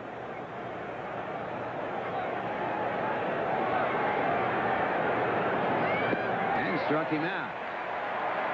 Fuente, a good strikeout artist. He averaged 7.6 strikeouts per 9 innings last year. And with that sidearm delivery, when he drops down like that, he can really be tough on right-handers. Not only is that ball coming at you from a difficult angle, but he makes it do some funny things. So Fuente picks up the second out of the inning. And it brings up Darryl Strawberry. Strawberry doubled and scored in the 6th. Scoring on Foster's double. Foster thrown out at third base, trying to stretch it into a triple. Now Strawberry, who has walked twice, 1 for 1 in this game, and the slider for a ball.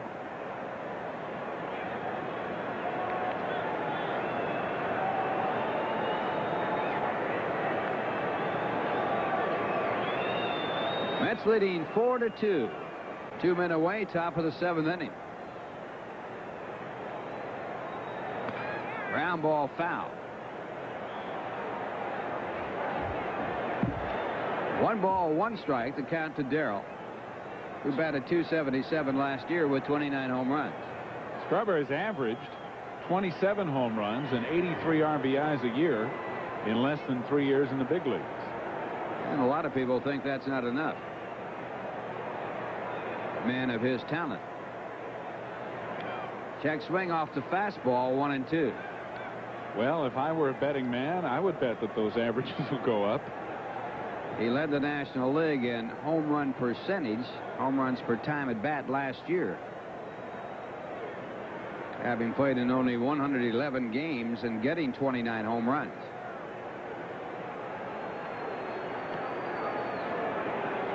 Throw to first base again. Hernandez makes it close.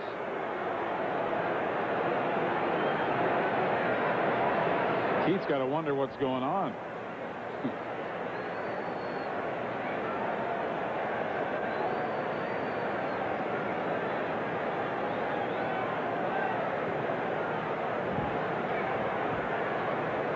Two men away. Now Strawberry takes some time. You might notice the patch on the left shoulder of the Mets uniform this year. That is commemorative of the 25th anniversary of the New York Mets. And of course the Pittsburgh Pirates are celebrating their 100th season.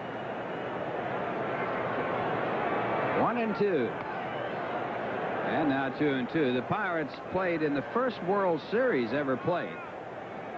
That was back in 1903, and they played against the Boston Red Sox, who were in the American Association. That was considered a major league at that time. Pirates lost it. And now the count goes to 3-2. And they had Honus Wagner in that team, considered by a lot of people as the greatest player that ever played. A great shortstop. Pirates also had the first radio broadcast ever. That was back in 21. A fellow named Harold Arlen broadcast a Pittsburgh-Philadelphia game. Pirates played the first night home opener in St. Louis. And they fielded the first all-black Major League team back in 1971. 3-2. Grounded foul. And you talk about that first broadcast, Ralph. That was actually on KDKA, the station that was actually the first commercial broadcasting facility in the country, and that's still the Pirate station. I don't know that it was the entire... Not the entire time. No. They lost it for a few years, got it back. 3-2. And it's fouled back out of play. Pittsburgh, the only team in baseball history, Major League Baseball history, to ever play a triple header. They did that in the last day of the season. Out of necessity, we might add. Not by choice. They split the doubleheader, and then playing the third game, it was called because of darkness. Before lights. 3-2. Ball 4. Strawberry walks for the third time. Mets get their 7th walk in this game. And earlier, Ralph, you brought up an interesting point. Strawberry is going to get a lot of walks if he is patient, as long as Foster's hitting behind him, until George proves that he can hit the ball consistently with power. Obviously, right now, Strawberry more of a threat and feared much more so than Foster. Especially with a right-hand pitcher on the mound. Right. George picked him up in the 6th inning with a bloop double to right, scoring Strawberry from second after a double. And the fastball for a ball. Foster struck out in the 1st. Grounded into a force play with the bases loaded in the 3rd. And picked up an RBI with a double in the 6th inning.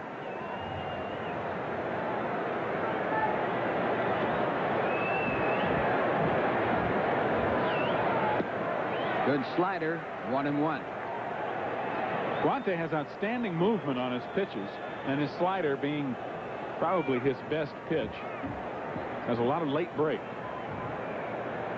Was in 63 games last year, all in relief.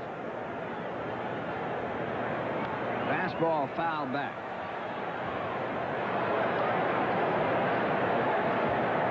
Although you wouldn't call this a night game because it did start at 6, officially a day game.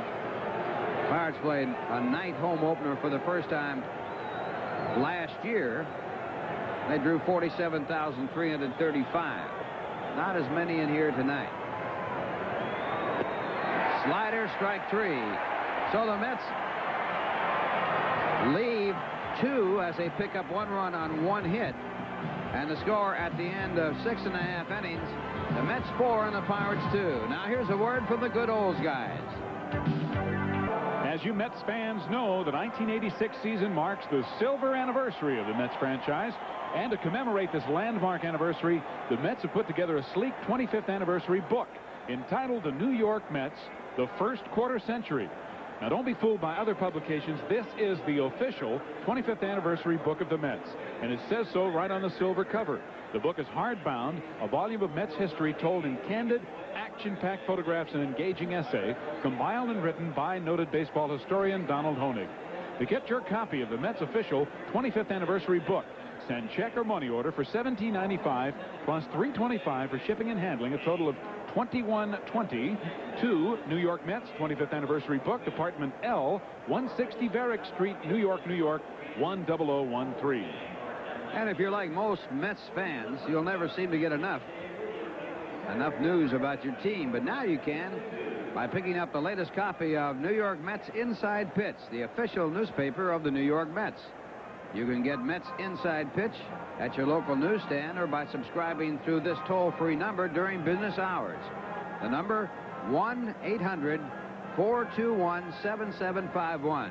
You'll get 12 issues a year, inside information on the ball club, complete minor league reports including stats, the Mets trivia page, viewpoints of New York writers Red Foley, Dan Castellano, and Jack Lang, guest celebrity columnists, clubhouse clippings, and much more. It's the ultimate publication for ultimate Mets fans, and it's only $14.95. Once again, the number, 1-800-421-7751. Now we go to the bottom of the 7th. Steve Kemp to lead off. Kemp in this game takes the first pitch for ball 1. Struck out, called out on strikes, and he has flied to left. Then Gooden comes back and gets a strike. Gooden has struck out 2 in the game. He had the triple crown of pitching last year when he led the league in strikeouts, led the league in wins, and led the league in ERA. Last to do it, Steve Carlton. 2-1. And a good curveball. That one right off the table. Boy, you talk about freezing a hitter. The doctor can do it. You have to be looking for that fastball, and then when he breaks one off like that, most hitters can't do anything about it. Back again, and it is strike 3. Kemp knew it. Gooden gets his 3rd strikeout. And the crowd boos. Well, I need one more K up there in the mini K corner. He got Kemp on a breaking ball similar to this back in the 1st inning. Now, they had to have brought more Ks than that if they're doing it for the doctor. Even with the action going out here on the first ball game of the year. Now it's Tony Pena. He looks at the fastball. Pena 0 for 2 tonight, lined into a big double play for the Mets in the 4th. Hernandez taking the line drive and turning it into a double play as Sid Bream led off the inning with a double and was trapped off second. Good fastball. Not only a good fastball, but an outstanding location. Pena thought it was going to be inside, and it was right over the inside corner.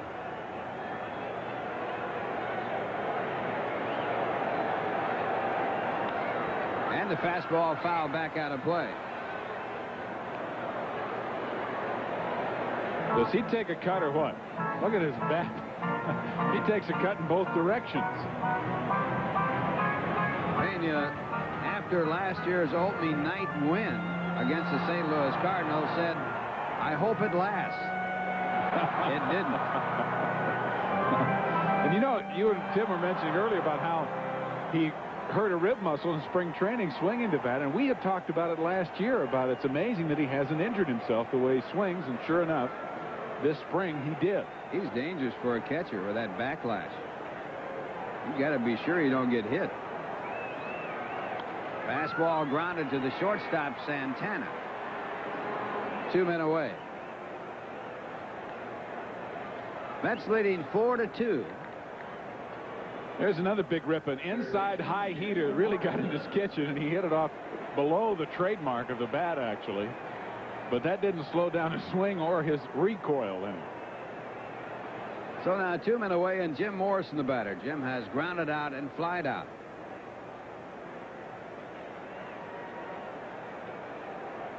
Morrison hitting .254 last year in 92 ball games. That curveball hanging high, 1 ball, no strikes. Morrison certainly played well against New York last year. He hit .333 against the Mets. And the fastball foul back. Some of those were key hits, particularly in that first game of that final 3-game series here last September. Pirates and Mets played 18 games last year, with the Mets winning 10 and the Pirates winning 8 of their 104 losses. 10 of them to the Mets. This one in foul territory and out of reach. Howard Johnson did the right thing there. He went over and found out where that railing was, and then sort of worked his way along the railing in an effort to get to the ball. It does 2 things: keeps you from getting hurt, and also puts you in a position to be able to make a play on the ball rather than having to react to the fence or the wall or the railing. Have a chance to get over there and reach into the stands and make that play if you get over there in a hurry. 1-2 the count.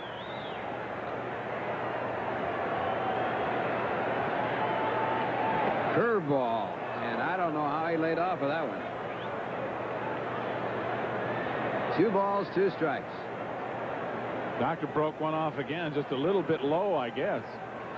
I guess you guess. There it is again. This time it's no guess. And Gooden strikes out 2 in the inning, his 3rd and 4th.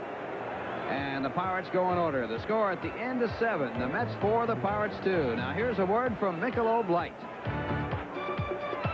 Howard Johnson, the leadoff for the Mets in the 8th. Then it's strike 1. Cecilio Guente in relief, working to Howard, who has been up 3 times with a double.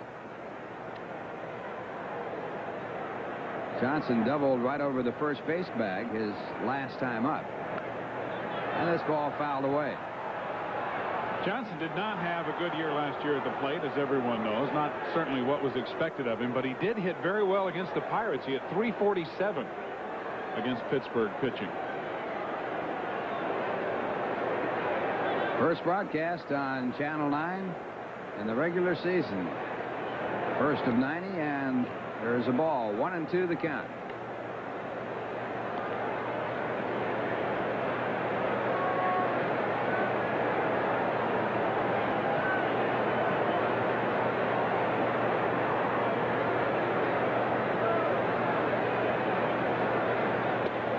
Two and 2. And there is Mr. Ojeda, Bob Ojeda, throwing in the bullpen. recently acquired from the Boston Red Sox. That's how he looks from our high camera.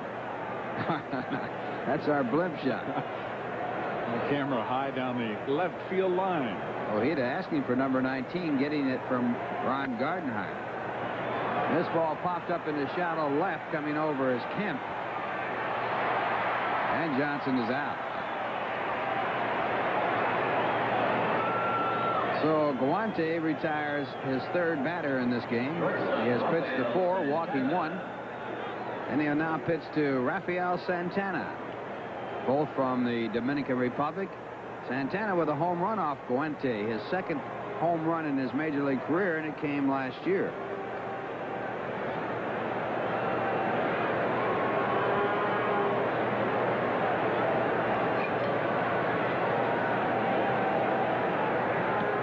And the slider. 1 ball, no strikes.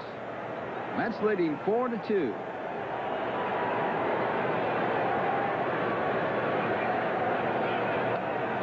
Fastball fouled away. 1 ball, 1 strike. Rafael 0 for 3 in the game. Got a chance to pick up an RBI with a green light on a 3-0 pitch, but grounded out.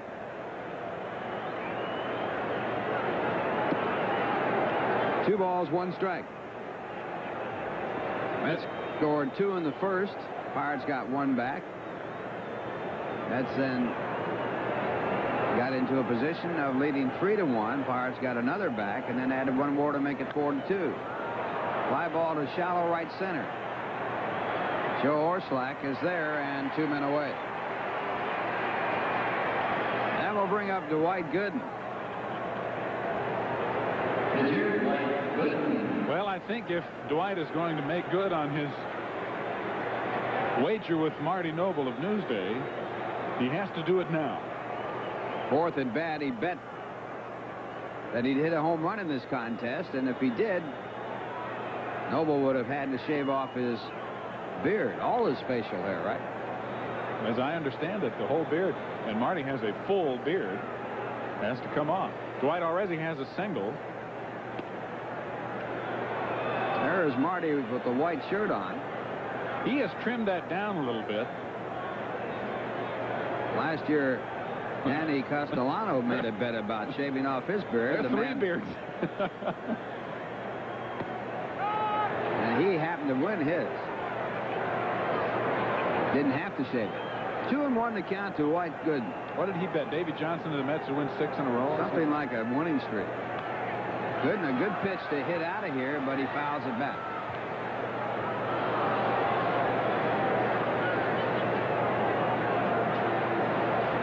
Well, our annual trivia question. There's strike 3. We'll get to that in a while. As the Mets go in order, and the score at the end of 7.5 innings, it's the Mets 4 and the Pirates 2. Now here's a word from 9X Yellow Pages. Well, a familiar face of Lee Mazzilli as he comes up to pinch hit for Sam Khalifa. As we go to the bottom of the 8th inning, and coming in for the play-by-play, Steve Zabriskie. Thanks, Ralph. Lee Mazzilli, of course, very popular when he was in New York. And really unhappy here in Pittsburgh. Has sought a trade for a few years and been unable to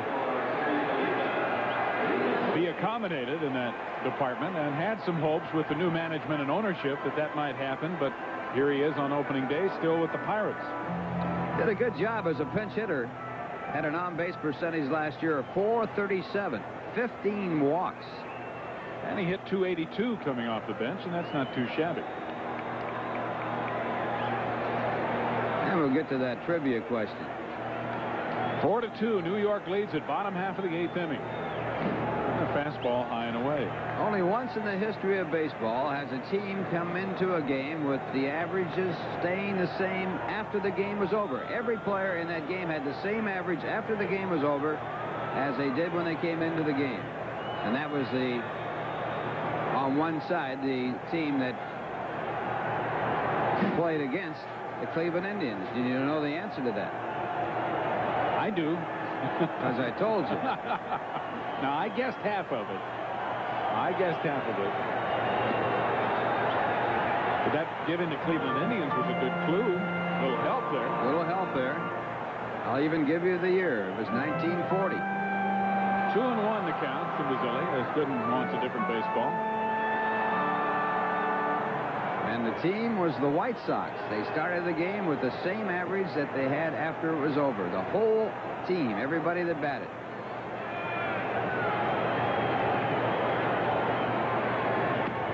Right there with a fastball, 2-2. Mazzilli disagrees with home plate umpire Bob Engel.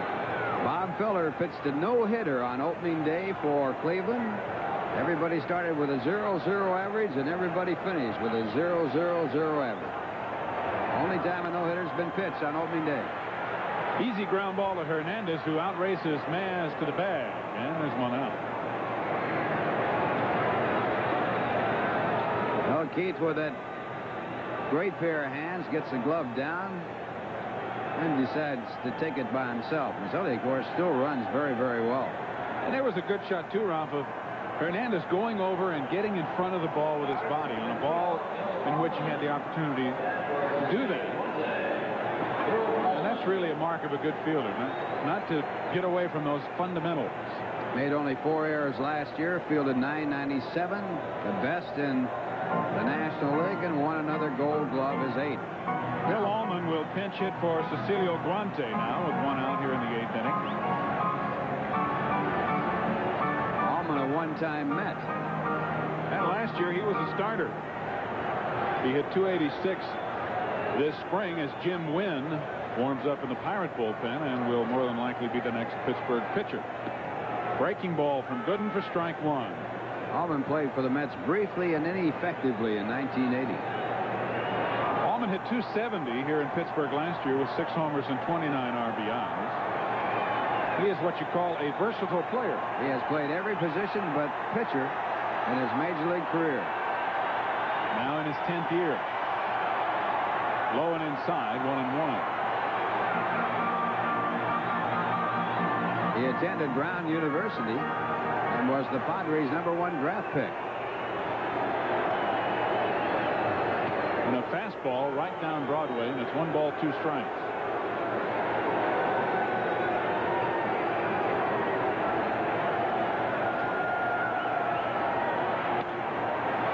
Behind the fastball is Bill Allman, and it's still 1-2. Gooden appears to be heating up a little bit, and I'm not trying to make excuses for the fact that he's had some shots hit off of him, and of course everybody expects superhuman effort from him, but he does not like the cold weather, and it is a little cool here tonight. Again, Allman behind the fastball. It's still 1-2. And it looks to be, Ralph, like now Dwight has really found it. He's throwing the ball better right now than he had earlier in the game. And you can tell it's cold. Even the hot dog is cold. That was some jacket.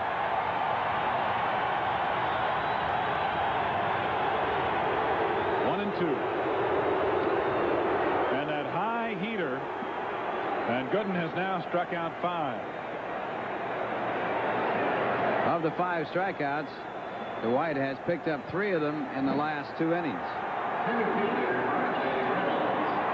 And now they're getting out the K's a little more rapidly. Fernando Valenzuela struck out 9 in his complete game victory over San Diego, his first time out, so he leads the National League in strikeouts.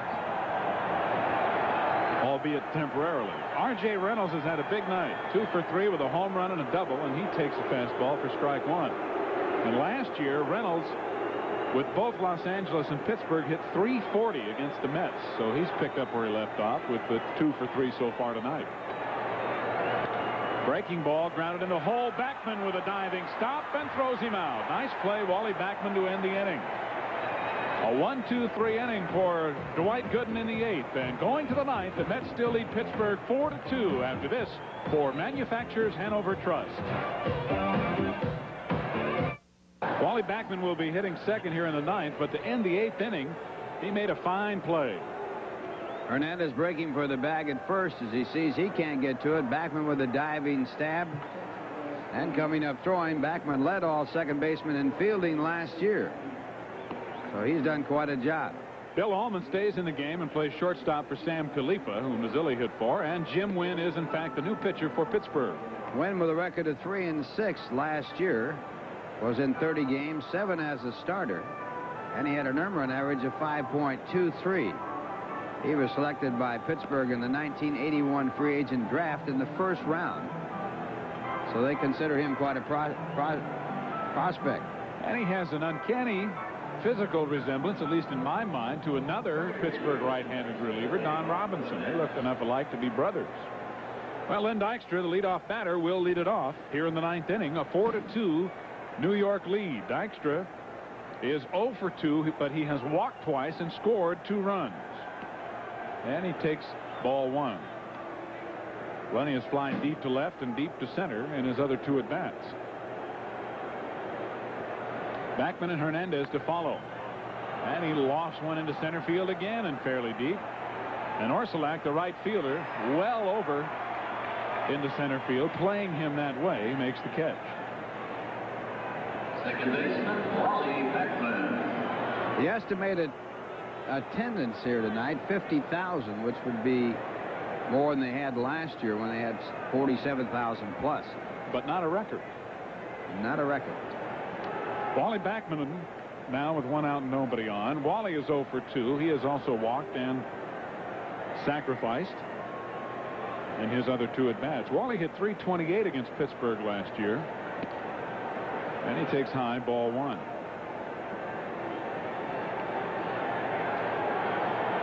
And of course, hit .273 overall.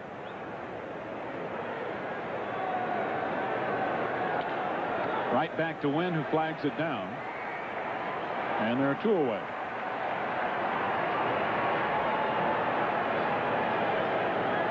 First baseman, Keith Hernandez. Keith Hernandez is 2 for 3 with 2 RBIs and a run scored. Hernandez doubled to drive in a run in the first and then later scored on a sacrifice fly by Gary Carter. He drove in another run with a single to center in the 7th inning.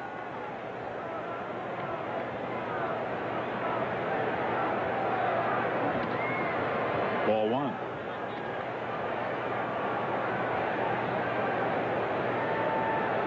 By the way the media has treated this ball club, Ralph, it's almost as if they could phone it in. It's never that easy. No. But if the Mets can hold on and win this ball game, they'll at least be tied for first place. All those W's count. Mets won 98 last year and finished second. They have won more games than any team in the major leagues over the last 2 years, and they have not been a winner.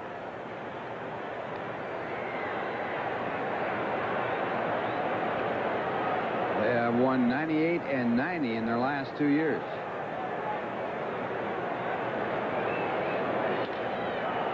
Fly ball to left. Kemp. And an easy inning for Jim Wynn here in the 9th. The Mets go in order with a 2-run lead, leading Pittsburgh 4-2. We'll go to the bottom half of the 9th after this for Lincoln Mercury. Joe Orsulak leads off the 9th inning against Dwight Gooden, with the Mets leading Pittsburgh 4-2. And the curveball stays high for ball 1. Orsulak to be followed by Johnny Ray and Sid Breen. Orsulak with a triple in 3 at-bats. And the fastball a little high, and it's 2-0.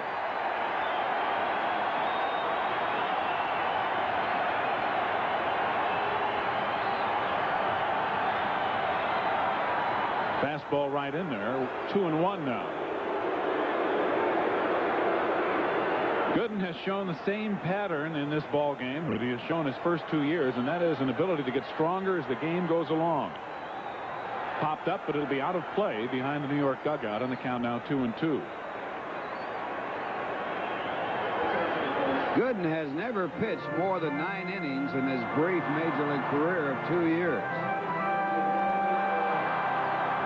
Of course, pitching in the 9th inning right now.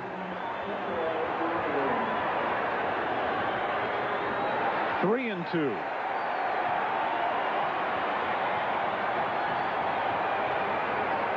And what is left of this, somewhere in the vicinity of what was a 50,000 person crowd,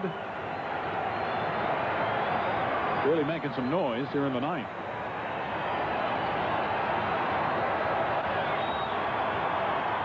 And again, it's fouled back out of play.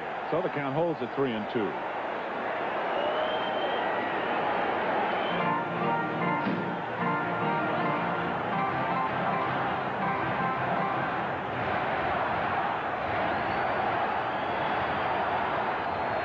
And a fastball, and Orsulak just did get a piece of it to stay alive. The count remaining at 3-2. Roger McDowell to the left, and Jesse Orozco, the left-hander, on the right-hand side of your screen.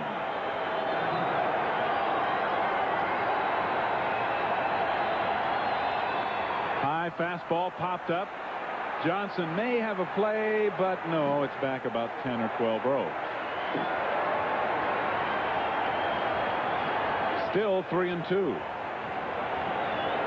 And I wonder how many pitches Dwight has thrown. That is obviously a concern and has always been of Davy Johnson and the Mets front office, and could be tonight this early in the season.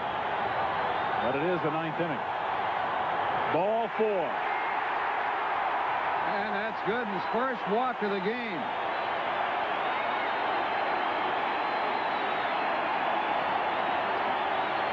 It also will bring the tying run to the plate. Orsulak, remember, runs extremely well, and Johnny Ray handles the bat very well. Of course, Orsulak is of no concern as the tying run is at the plate. If Orsulak scores, it doesn't mean anything. Johnny Ray 1 for 3, a single to right back in the first inning. He also drove in a run with a ground out in the 6th.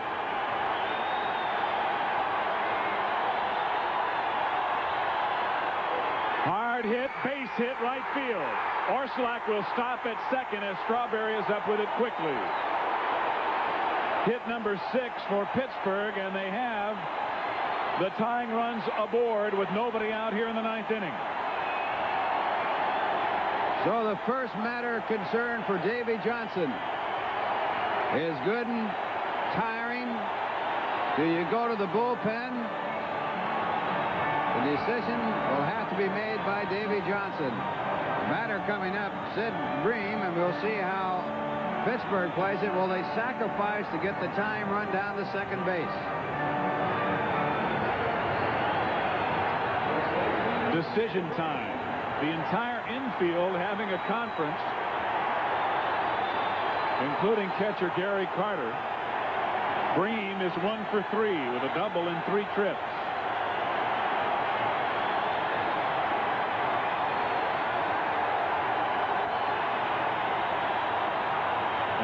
Bunting, and it's a good one. Gooden will have to tag him to make the sacrifice out as the runners advance to third and second. The Mets were not looking for the sacrifice, and there is a little bit of insight on how Leland manages.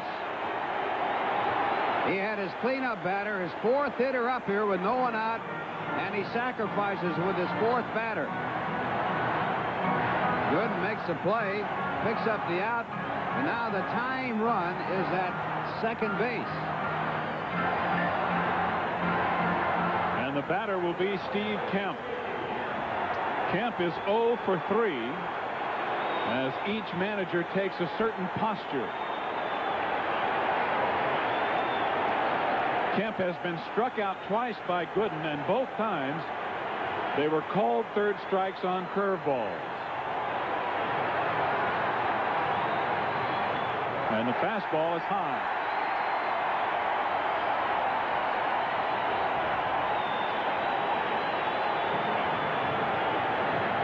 In Kemp's other at bat, he lofted a lazy fly ball to left field.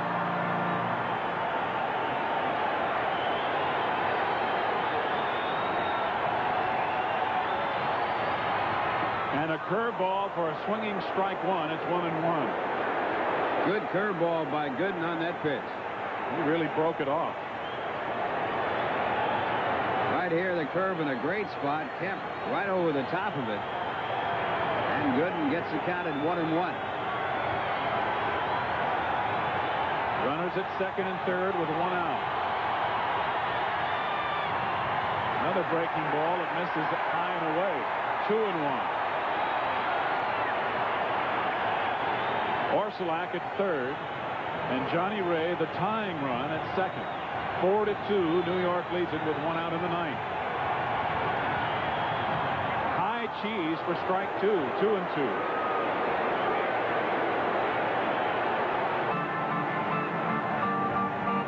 Fastball in a very good spot up around the letters, and Gooden now looking for a strikeout. He's had 5 in this game. He needs 1 here.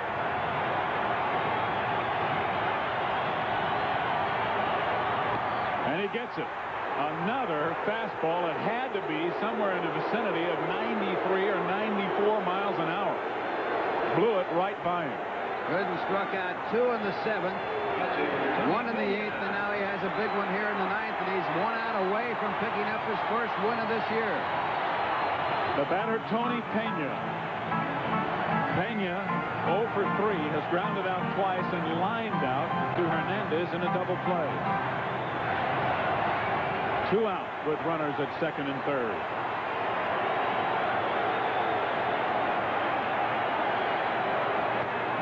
Tapper, and Gooden will take it himself, and the Mets win the first game of the 1986 season. Dwight Gooden picks up his first victory and first complete game as New York wins it 4-2. Ralph and I'll be right back to wrap it up here at Three River Stadium in Pittsburgh. Stay with us. Once again, the final score, New York 4 and Pittsburgh 2. We're back after this word from Michelob Light. Well, Dwight Gooden came through as he has in the past.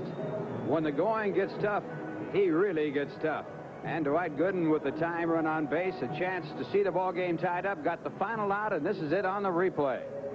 Well, the Doctors are getting a free swinging Tony Pena to tap right back to him, and here's the reaction of Davey Johnson in the dugout. And as you saw earlier in the shots Bill Webb gave us of both managers, that's a little release right there too, because you know, Ralph, there has been pressure put on this ball club to win this year. You mentioned earlier the Mets have won more games than any other team the last 2 years. The pressure is not really felt by the players, but it has been put on the players. And what the players feel, I think, more than anything else, is determination, because they want to turn those vast number of wins that they've had the last 2 years into a championship this year. They don't feel the pressure. They feel determined to do it, and they're off to a good start, obviously, by this ball game tonight. Well, every win counts the same, whether it's the first game of the year or the last game of the year. In fact, maybe the first game of the year, it's more important. The Mets get off to a great start behind Dwight Gooden, who came through in the jam, got out of that 9th inning and picked up the win. David Johnson had to make the decision whether to leave him in or take him out for the bullpen. He left him in. Right now, let's go down to Tim McCarver and his special guest. Ralph, you mentioned the first game of the year. Keith Hernandez, the star of the game, one of the stars of the game with 2 RBIs. Why in the world is the first game of the year, why does it seem like, even for the players, such an important game? Well, I think it's just the anticipation of the year. You know, we had a little longer spring training, at least it felt like it, and you anticipate the game. You know, and the last 6 years now, it hasn't been where I've been nervous at the plate the first at bat like earlier in my career. But I think the adrenaline pumping and the anticipation, I know when I hit the double the first time up and I went away to third in the throw, and my legs are just gone. And I had to make sure I kept real cool and quiet on the bench and not to get overly high. And thank goodness that I had the RBI situation in that 4th time up, because that made me bear down. Bear down against the left-hander you did. Of course, as we're seeing right now, that's a double the other way. And it's always good also to keep that front side in there and to have a pitcher out there where you can afford to go the other way rather than speeding up your bat. I know a lot of the problems that a lot of hitters have early in the season because it's cold. You're coming out of Florida, and you have a tendency to be out in front of everything. Well, you know, it's just a matter. Sometimes you get off great, and you're right there in sync, and it's always nice to get that first one out of the way, the first at bat. And Ruschel is a sinker ball pitcher, and I kind of was setting up out there, and he threw me a sinker away, and he got it up a little bit. I'm glad to get it. Gary Carter told me in the dugout that Dwight Gooden was throwing better in the 9th than he was in the 1st inning. Well, you know, I can tell from the side. Wally and I were talking during the game. We knew that Doc really didn't have that good pop. And around the 8th inning, you can just see him when he can smell it. He shuts the door. You play with Bob Gibson, you know. There's that type of pitcher. Yep. Keith Hernandez with 2 RBIs, a single and double. Matter of fact, he drove in the first run of the year for the Mets tonight. Congratulations, Keith. Thank you, Tim. Let's go back to the booth to Ralph and Steve. Well, Dwight Gooden got 4 of his 6 strikeouts in the ball game from the 7th inning on. He got a big strikeout when he got Steve Kemp with the time run to second base, and then got the final out against Tony Pena on his first pitch to Pena to win it by a score of 4-2. So the Mets get their victory here in the opening night game, and the final score once again, the Mets 4 and the Pirates 2. Mets baseball has been brought to you by Michelob Light, super premium taste and less filling beer. Who says you can't have it all? By manufacturers Hanover Trust. We realize your potential. By Nissan, who invites you to test drive the all-new 1987 Nissan Sentra at your Nissan dealer now. By Burger King. Their new chicken tenders are real chicken fillets, not processed nuggets. By RC Cola. People go out of their way for the taste of RC. By the Good Olds guys. Your New York, New Jersey, and Southern Connecticut Oldsmobile dealers. By Purolator Courier, a name to remember in Overnight Express. Be with us again on Thursday when the New York Mets take on the Pittsburgh Pirates at 7:35 p.m. right here on WRTV. Mets Baseball 86. Executive producer Rick Miner. Produced and directed by Bill Webb. Associate Director Dick Wargo. Promotional consideration was provided by True Value Hardware Stores and Home Centers. Watch your favorite team anywhere you go with this Casio LCD pocket television with clear black and white reception. Compliments of True Value Hardware Stores and Home Centers. And by Wayne Scott. Our guests will receive a gift from Wayne Scott. You never get a second shot at a first impression. Impress the first time with Wayne Scott shirts, knits, sweaters, and underwear for young men. Available at stores everywhere. Wayne Scott. Mets Baseball 86 is a production of Channel 9 Sports. Production facilities arranged through Vanda Communications. Announcers on the preceding telecast were approved and contracted for by Doubleday Sports Incorporated. Now this is Ralph Kiner for Tim McCarver and Steve Zabriskie saying good night from Pittsburgh, Pennsylvania.